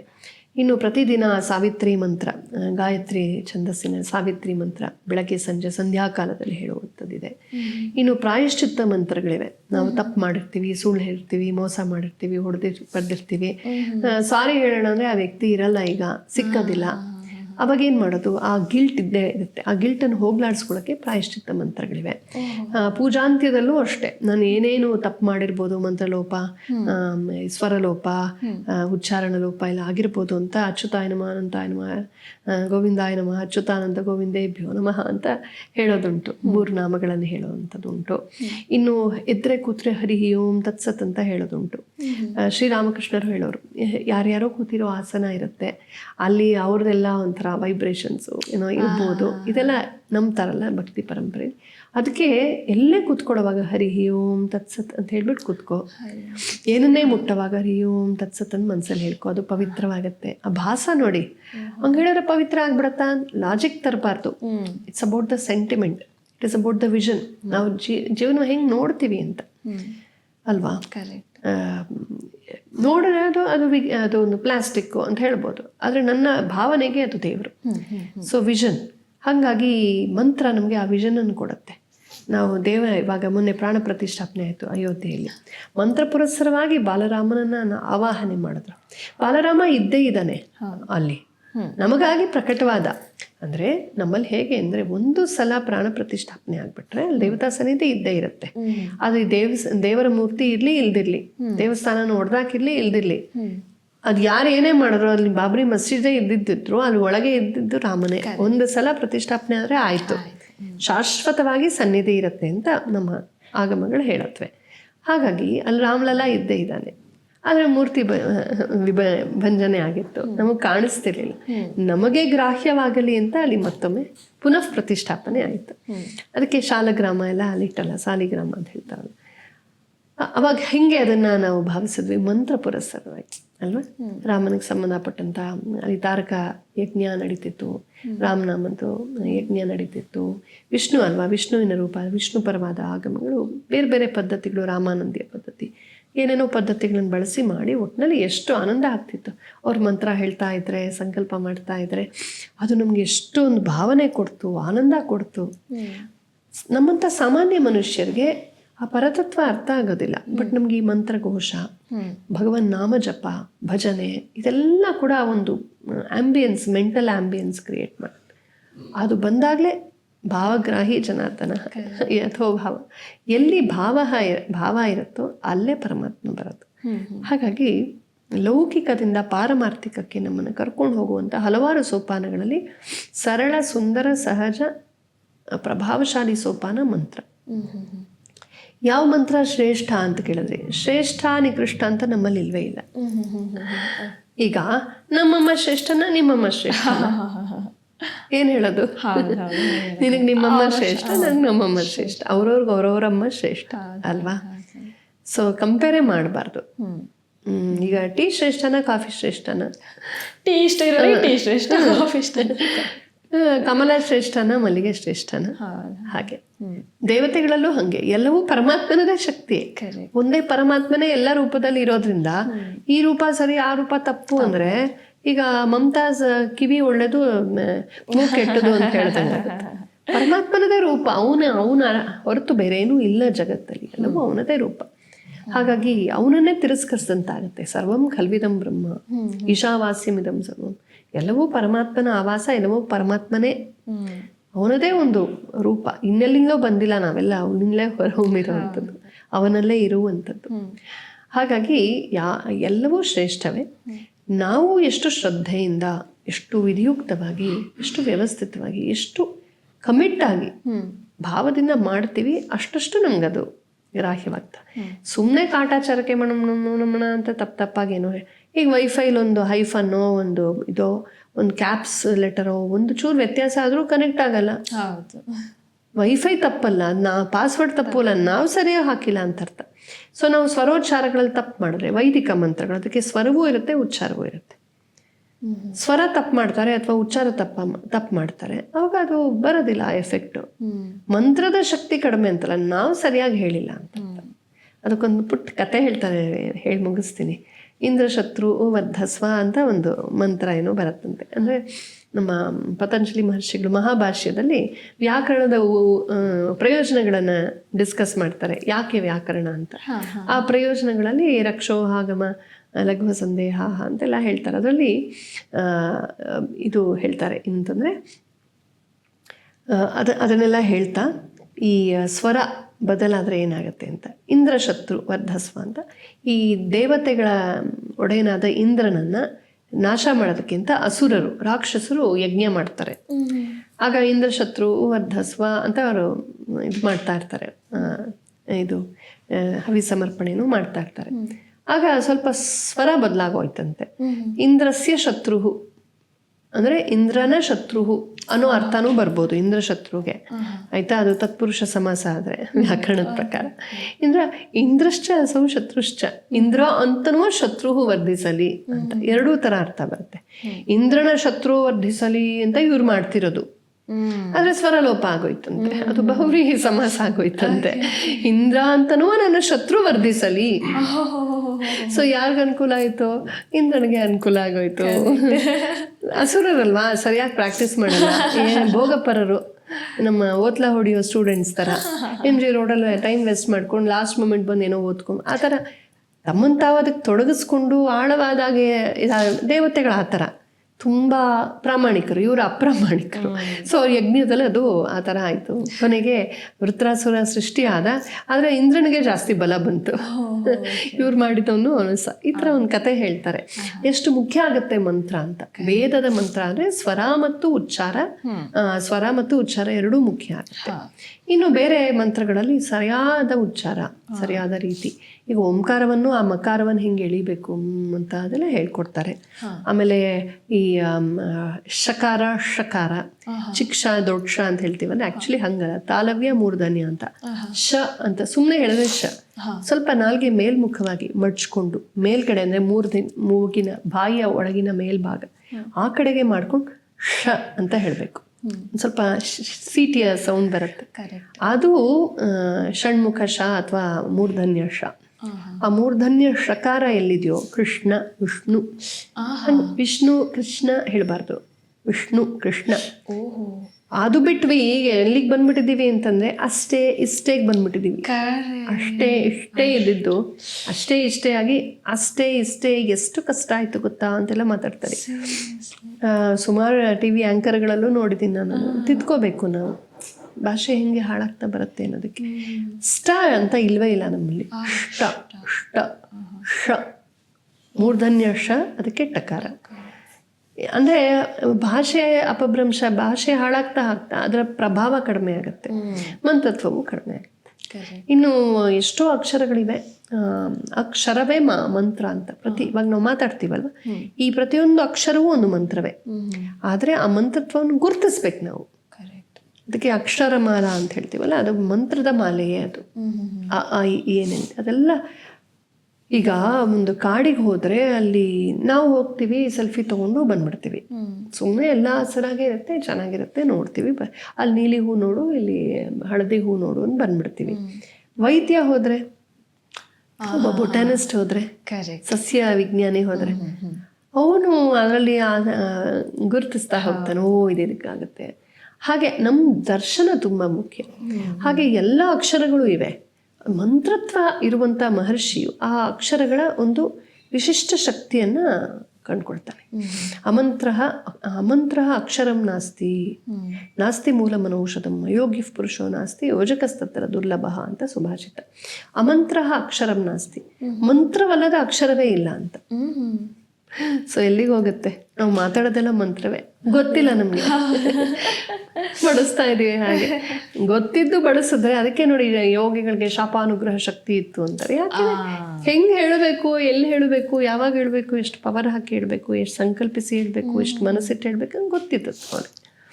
ಹಾಗಾಗಿ ನಮ್ಮಲ್ಲಿ ಯಾವುದನ್ನು ನಾವು ಪವಾಡ ಅಂತ ಅನ್ಕೊಂಡ್ಬಿಡ್ತೀವೋ, ಆ್ಯಕ್ಚುಲಿ ಪವಾಡ ಅಲ್ಲ ಅದೆಲ್ಲ, ನಮ್ಮ ಮನೋಬಲದ ಅಭಿವ್ಯಕ್ತಿಗಳು. ನಾವು ಮನುಷ್ಯರು ಅಪಾರ ಮನೋಬಲ ಸಂಪನ್ನರು, ಆದರೆ ಅದನ್ನು ಹಾರ್ನೆಸ್ ಮಾಡಬೇಕು, ತರಿಸ್ಬೇಕು ಆಚೆ. ಸೀತೆಗೆ ಎಷ್ಟು ಮನೋಬಲ ಇತ್ತು. ಅವಳ ಜೀವನದಲ್ಲಿ ಏನೆಲ್ಲ ನಡೆದೋದ್ರೂ ಕೂಡ ಅವಳ ಶಾಂತಿಗಳು ಅಳಿಯಲೇ ಇಲ್ಲ, ಅವಳ ಪ್ರೇಮ ಕ್ಷಮೆ ಅಳಿಯಲೇ ಇಲ್ಲ. ಯಪ್ಪ, ರಾಮನ್ನು ಮೀರಿಸಿ ನಿಲ್ತಾಳೆ ಅನ್ಸುತ್ತೆ ಆ ಸೀತಾಮಾತೆ. ಅದಕ್ಕೆ ನಮಗೆ ಸೀತೆಯನ್ನು ಆದರ್ಶವಾಗಿ ಹೇಳೋದು. ಆ ಮಟ್ಟದ ಪ್ರೇಮ, ಅದು ಇಟ್ಸ್ ಯೋಗಿಯ ಲಕ್ಷಣ, ಅದು ಪಕ್ವತೆಯ ಲಕ್ಷಣ. ಅದು ಅವಳು ಒಂದು ಕ್ಷಣ ಜೀವನದಲ್ಲಿ ಎಂದಾದರೂ ಸ್ವಲ್ಪ ಅಗ್ರೆಸಿವ್ ಆಗಿ ದುಡುಕಿ ಭಾವಿಸಿದ್ರೆ, ಅದು ಕೇವಲ ಲಕ್ಷ್ಮಣನ ಓಡಿಸ್ತಾಳಲ್ಲ, ರಾಮನ್ ಕಾಪಾಡುವಂತ ಮಾಯ, ಅದು ಮುಂದೆ ಬಹುಶಃ ಇನ್ಯಾವ ಪ್ರಸಂಗ ನನ್ನ ಕಣ್ಣಿಗಂತೂ ಬಂದಿಲ್ಲ. ಆ ಕ್ಷಣದಲ್ಲಿ ಮಾತ್ರ, ಅದು ರಾಮನ್ ಮೇಲಿನ ಪ್ರೀತಿಗೆ ಅಷ್ಟು ಕಹಿಯಾಗಿ ಹೇಳಿದ್ರೆ ಇವನು ಹೋಗಲ್ಲ ರಾಮನ್ ರಕ್ಷಣೆಗೆ, ನನ್ನನ್ನು ಕಾಪಾಡ್ತಾ ನಿಂತಿರ್ತಾನೆ ಅಂತ. ಅದಕ್ಕೆ ಹಾಗೆ ಅಷ್ಟೆ. ಅಂದರೆ ಆ ಶಾಂತಿ ಇದೆಯಲ್ಲ, ಅದು ಆ ಮನೋಬಲ, ಆ ಮಟ್ಟ, ಅದರಲ್ಲಿ 1,001 ಭಾಗ ಆದರೂ ನಾವು ಸಾಧಿಸ್ಕೊಂಡ್ರೆ ನಮ್ಮ ಜೀವನದಲ್ಲಿ, ನಮ್ಮ ಮನೆಯಲ್ಲಿ, ನಮ್ಮ ಪರಿಸರದಲ್ಲಿ, ಪರಿವಾರದಲ್ಲಿ, ನೆರೆಕೆರೆಯಲ್ಲಿ, ನಮ್ಮ ಆಫೀಸಲ್ಲಿ, ಎಲ್ಲ ಕಡೆ ನಾವು ತುಂಬ ಚೆನ್ನಾಗಿರೋಕ್ಕೆ ಸಾಧ್ಯವಾಗುತ್ತೆ. ಆ ಮನೋಬಲ ನಮಗೆ ಬರೋದು ಈ ಮಂತ್ರಾದಿಗಳ ಅಭ್ಯಾಸದಿಂದ. ಹಾಗಾಗಿ ಒಳ್ಳೆ ಗುರುಗಳನ್ನು ಕಂಡ್ಕೊಳ್ಳಿ. ಮಾರ್ಕೆಟ್ ಗುರುಗಳು ತುಂಬ ಇರ್ತಾರೆ, ಬನ್ನಿ ನಮ್ಮಲ್ಲಿಗೆ ಬನ್ನಿ, ನಾವೇ ಶ್ರೇಷ್ಠ. ನಿಜವಾದ ಗುರು ಆ ಥರ ಮಾರ್ಕೆಟಿಂಗ್ ಮಾಡ್ಕೊಳ್ಳಲ್ಲ, ಹುಡ್ಕೊಂಡು ಹೋಗಬೇಕು. ಯಾರಲ್ಲಿ ಒಂಥರ ತೋರಾಣಿಕೆ ಇರಲ್ವೋ, ಅಂತರ್ಮುಖವಾಗಿರ್ತಾರೋ, ಯಾರು ಬರ್ತಾರೋ ಪ್ರಾಮಾಣಿಕರು, ಅವರಲ್ಲಿ ಶೋಧಿಸಿ ಅರ್ಹರಿಗೆ ಮಾತ್ರ ಕೊಡ್ತಾರಲ್ಲ, ಅಂಥವ್ರನ್ನ ಹುಡ್ಕೊಂಡು ಹೋಗಬೇಕು. ತದ್ವಿದ್ಧಿ ಪ್ರಣಿಪಾತೇನ ಪರಿಪ್ರಶ್ನೇನ ಸೇವಯ ಉಪದೇಕ್ಷ್ಯಂತಿತೆ ಜ್ಞಾನಂ ಜ್ಞಾನಿನ ತತ್ವದರ್ಶಿನ ಅಂತ ಕೃಷ್ಣ ಹೇಳ್ತಾನೆ. ಹುಡ್ಕೊಂಡು ಹೋಗಿ ಅಂಥವ್ರ ಪಾದದಲ್ಲಿ ಕುಳಿತು ಸೇವೆ ಮಾಡಿ ಪರಿಪ್ರಶ್ನೆ ಹಾಕಿ ಪಡ್ಕೋ ಅಂತ. ಆ ಥರದ ಮಹಾತ್ಮರು ಇರ್ತಾರೆ, ಎಲ್ಲ ಕಾಲದಲ್ಲೂ ಇವತ್ತಿಗೂ ಇರ್ತಾರೆ. ದೇವರನ್ನು ಪ್ರಾರ್ಥಿಸ್ಬೇಕು, ಒಳ್ಳೆ ಗುರು ಕೊಡಪ್ಪ ಅಂತ. ಏಕೆಂದರೆ ಮನುಷ್ಯತ್ವಂ ಮುಮುಕ್ಷುತ್ವಂ ಮಹಾಪುರುಷ ಸಂಶಯ ದುರ್ಲಭಂ ತ್ರಯಮೇವೈತದ್ ದೈವಾನುಗ್ರಹ ಹೇತುಕಂ ಅಂತ ಶಂಕರಾಚಾರ್ಯ ಹೇಳ್ತಾರೆ ವಿವೇಕ ಚೂಡಾಮಣಿಯಲ್ಲಿ. ಈ 3 ತುಂಬ ದುರ್ಲಭ. ಒಂದು ಮನುಷ್ಯ ಜನ್ಮ, ಇನ್ನೊಂದು ಮುಮುಕ್ಷುತ್ವ. ಮನುಷ್ಯ ಜನ್ಮ ಪಡೆದ್ಮೇಲೂ ಮಾಲ್ತಿರ್ತಾ ಇದ್ಬಿಡ್ತೀವಲ್ವ, ಮುಮುಕ್ಷುತ್ವ ಬರ್ಬೇಕಲ್ಲ, ಮೋಕ್ಷದ ಇಚ್ಛೆ. ಇನ್ನು ಇದಿಷ್ಟ ಆದಮೇಲೆ ಮಹಾಪುರುಷ ಸಂಶಯ. ರಾಮಕೃಷ್ಣರ ಥರ ಗುರು ಸಿಕ್ಕಿದ್ದಕ್ಕೆ ವಿವೇಕಾನಂದರು ಹಂಗಾದರು. ವಸಿಷ್ಠರಂಥ ಗುರು ರಾಮನಿಗೆ ಸಿಕ್ಕದ, ಸಾಂದೀಪನಿ ಅಂತ ಗುರು ಕೃಷ್ಣನಿಗೆ ಸಿಕ್ಕದ, ಚಾಣಕ್ಯನಂಥ ಗುರು ಚಂದ್ರಗುಪ್ತ ಮೌರ್ಯನಿಗೆ ಸಿಕ್ಕದ, ಹರಿಹರ ಬುಕ್ಕರಿಗೆ ವಿದ್ಯಾರಣ್ಯರಂಥ ಗುರುಗಳು ಸಿಕ್ಕರು. ತಕ್ಕಂಥ ಗುರು ಸಿಕ್ಕೋದಿದೆಯಲ್ಲ, ಅದು ದೈವಾನುಗ್ರಹ ಹೇತುಕ. ಹಾಗಾಗಿ ಸರಿಯಾದ ಮಂತ್ರ, ಸರಿಯಾದ ಗುರು ಬೇಕು ಅಂದರೆ ಮೊದಲು ದೇವರನ್ನೇ ಕೇಳಬೇಕು. ಪರಮಾತ್ಮ, ಸರಿಯಾದ ಮಂತ್ರ, ಸರಿಯಾದ ಗುರು, ಸರಿಯಾದ ವಿಧಾನ, ಸರಿಯಾದ ತೋರ್ಸಪ್ಪ, ನನಗೆ ಸರಿಯಾದ ದಾರಿ ಕರ್ಕೊಂಡು ಹೋಗಿ ಕೈ ಸುಟ್ಕೊಂಡು ಒಬ್ಬನ ಗುರು ಅಂತ ನಂಬಿಡ್ತೀವಿ. ಆಮೇಲೆ ಗೊತ್ತಾಗುತ್ತೆ ನಮ್ಮ ಸಾಮಾನ್ಯರೇ ಅಥವಾ ನಾವೇ ವಾಸಿ ಅಂತಲೂ ಅನಿಸ್ಬಿಡುತ್ತೆ. ಒಂದು ಸಲ ಸುಳ್ಳು, ಮೋಸ, ಕಪಟ, ತೋರಾಣಿಕೆ ಅದು ಕಂಡಾಗ ತುಂಬ ದುಃಖ ಆಗುತ್ತೆ. ಗುರು ಅಂತ ಒಪ್ಕೊಂಡಾದ್ಮೇಲೆ ಬಿಟ್ಟು ಬಂದಾಗ ಆಗೋ ನೋವು ಇದೆಯಲ್ಲ, ಆಮೇಲೆ ಆ ಸುತ್ತು ಬೇರೆ ಗುರುವಿನ ಬೇರೆ ಶಿಷ್ಯರು ಹಂಗಿಸೋದು ಬಂಗಿಸೋದು ನೋಯಿಸೋದು, ಇದೆಲ್ಲ ನಾನು ಬಲ್ಲೆ. ತುಂಬ ಕಷ್ಟ, ಅದು ತುಂಬ ಕಷ್ಟ. ನಾವು ಸತ್ಯಕ್ಕೆ ನಿಲ್ತೀವಿ ಅನ್ನೋವಾಗ ನಾವು ತುಂಬ ಪ್ರಾಮಾಣಿಕವಾಗಿ ಗುರುಗಳನ್ನು ಸೆಲೆಕ್ಟ್ ಮಾಡ್ಕೋಬೇಕು. ನೋಡಿ ನೋಡಿ ರಾಮಕೃಷ್ಣ ಹೇಳ್ತಾರೆ, ತ್ರಿಕಾಲವು ಪರೀಕ್ಷೆ ಮಾಡಿ ಗುರುವನ್ನು ಸ್ವೀಕರಿಸು ಅಂತ, ಕಣ್ಕೊಂಡವನ್ನ ಸ್ವೀಕರಿಸ್ಬೇಡ ಅಂತ. ಹಾಗೆ ಸರಿಯಾದ ಗುರು ಸಿಕ್ಕಬೇಕು. ಸರಿಯಾದ ಗುರು ನಮ್ಮನ್ನು ಅರ್ಥ ಮಾಡಿಕೊಂಡು ಸರಿಯಾದ ಮಂತ್ರವನ್ನು ನಮಗೆ ಕೊಟ್ಟರೆ ಅದನ್ನು ನಾವು ಸರಿಯಾಗಿ ಪಾಲಿಸಿ ಮಂಥನ ಮಾಡಿದಾಗ ನಿಜಕ್ಕೂ ಮಹೋನ್ನತವಾದ ಸಾಧನೆ ಆಗುತ್ತೆ. ಆ ಬಲದಿಂದ, ಆ ಆಧ್ಯಾತ್ಮಿಕ ಬಲದಿಂದ, ಮನೋಬಲದಿಂದ ನಾವು ಲೌಕಿಕದಲ್ಲೂ ಚೆನ್ನಾಗಿ ಬದುಕ್ಬೋದು. ಬೇಡ ಸಾಕು ಲೌಕಿಕ ಅಂದರೆ ಪಾರಮಾರ್ಥಿಕ ಸಾಧನೆ ಮಾಡ್ಬೋದು. ಲೋಕ ಕಾರುಣ್ಯದಿಂದ ದೇಶಕ್ಕಾಗಿಯೂ ಕೆಲಸ ಮಾಡ್ಬೋದು, ಏನು ಬೇಕಾದ್ರೂ ಮಾಡ್ಬೋದು. We are equipped for everything. TV Vikrama, ದೇಶ ನಿಮ್ಮ ಕೈಯಲ್ಲಿ. ಈ ಕಾರ್ಯಕ್ರಮ ನಿಮಗೆ ಇಷ್ಟ ಆಗಿದ್ದಲ್ಲಿ ಲೈಕ್, ಶೇರ್ ಹಾಗೂ ಕಮೆಂಟ್ ಮಾಡಿ. ಟಿವಿ ವಿಕ್ರಮದ ಕಾರ್ಯಕ್ರಮಗಳನ್ನು ನಿರಂತರವಾಗಿ ವೀಕ್ಷಿಸಲು ಸಬ್ಸ್ಕ್ರೈಬ್ ಮಾಡಿ, ಬೆಲ್ ಐಕನ್ ಒತ್ತಿ.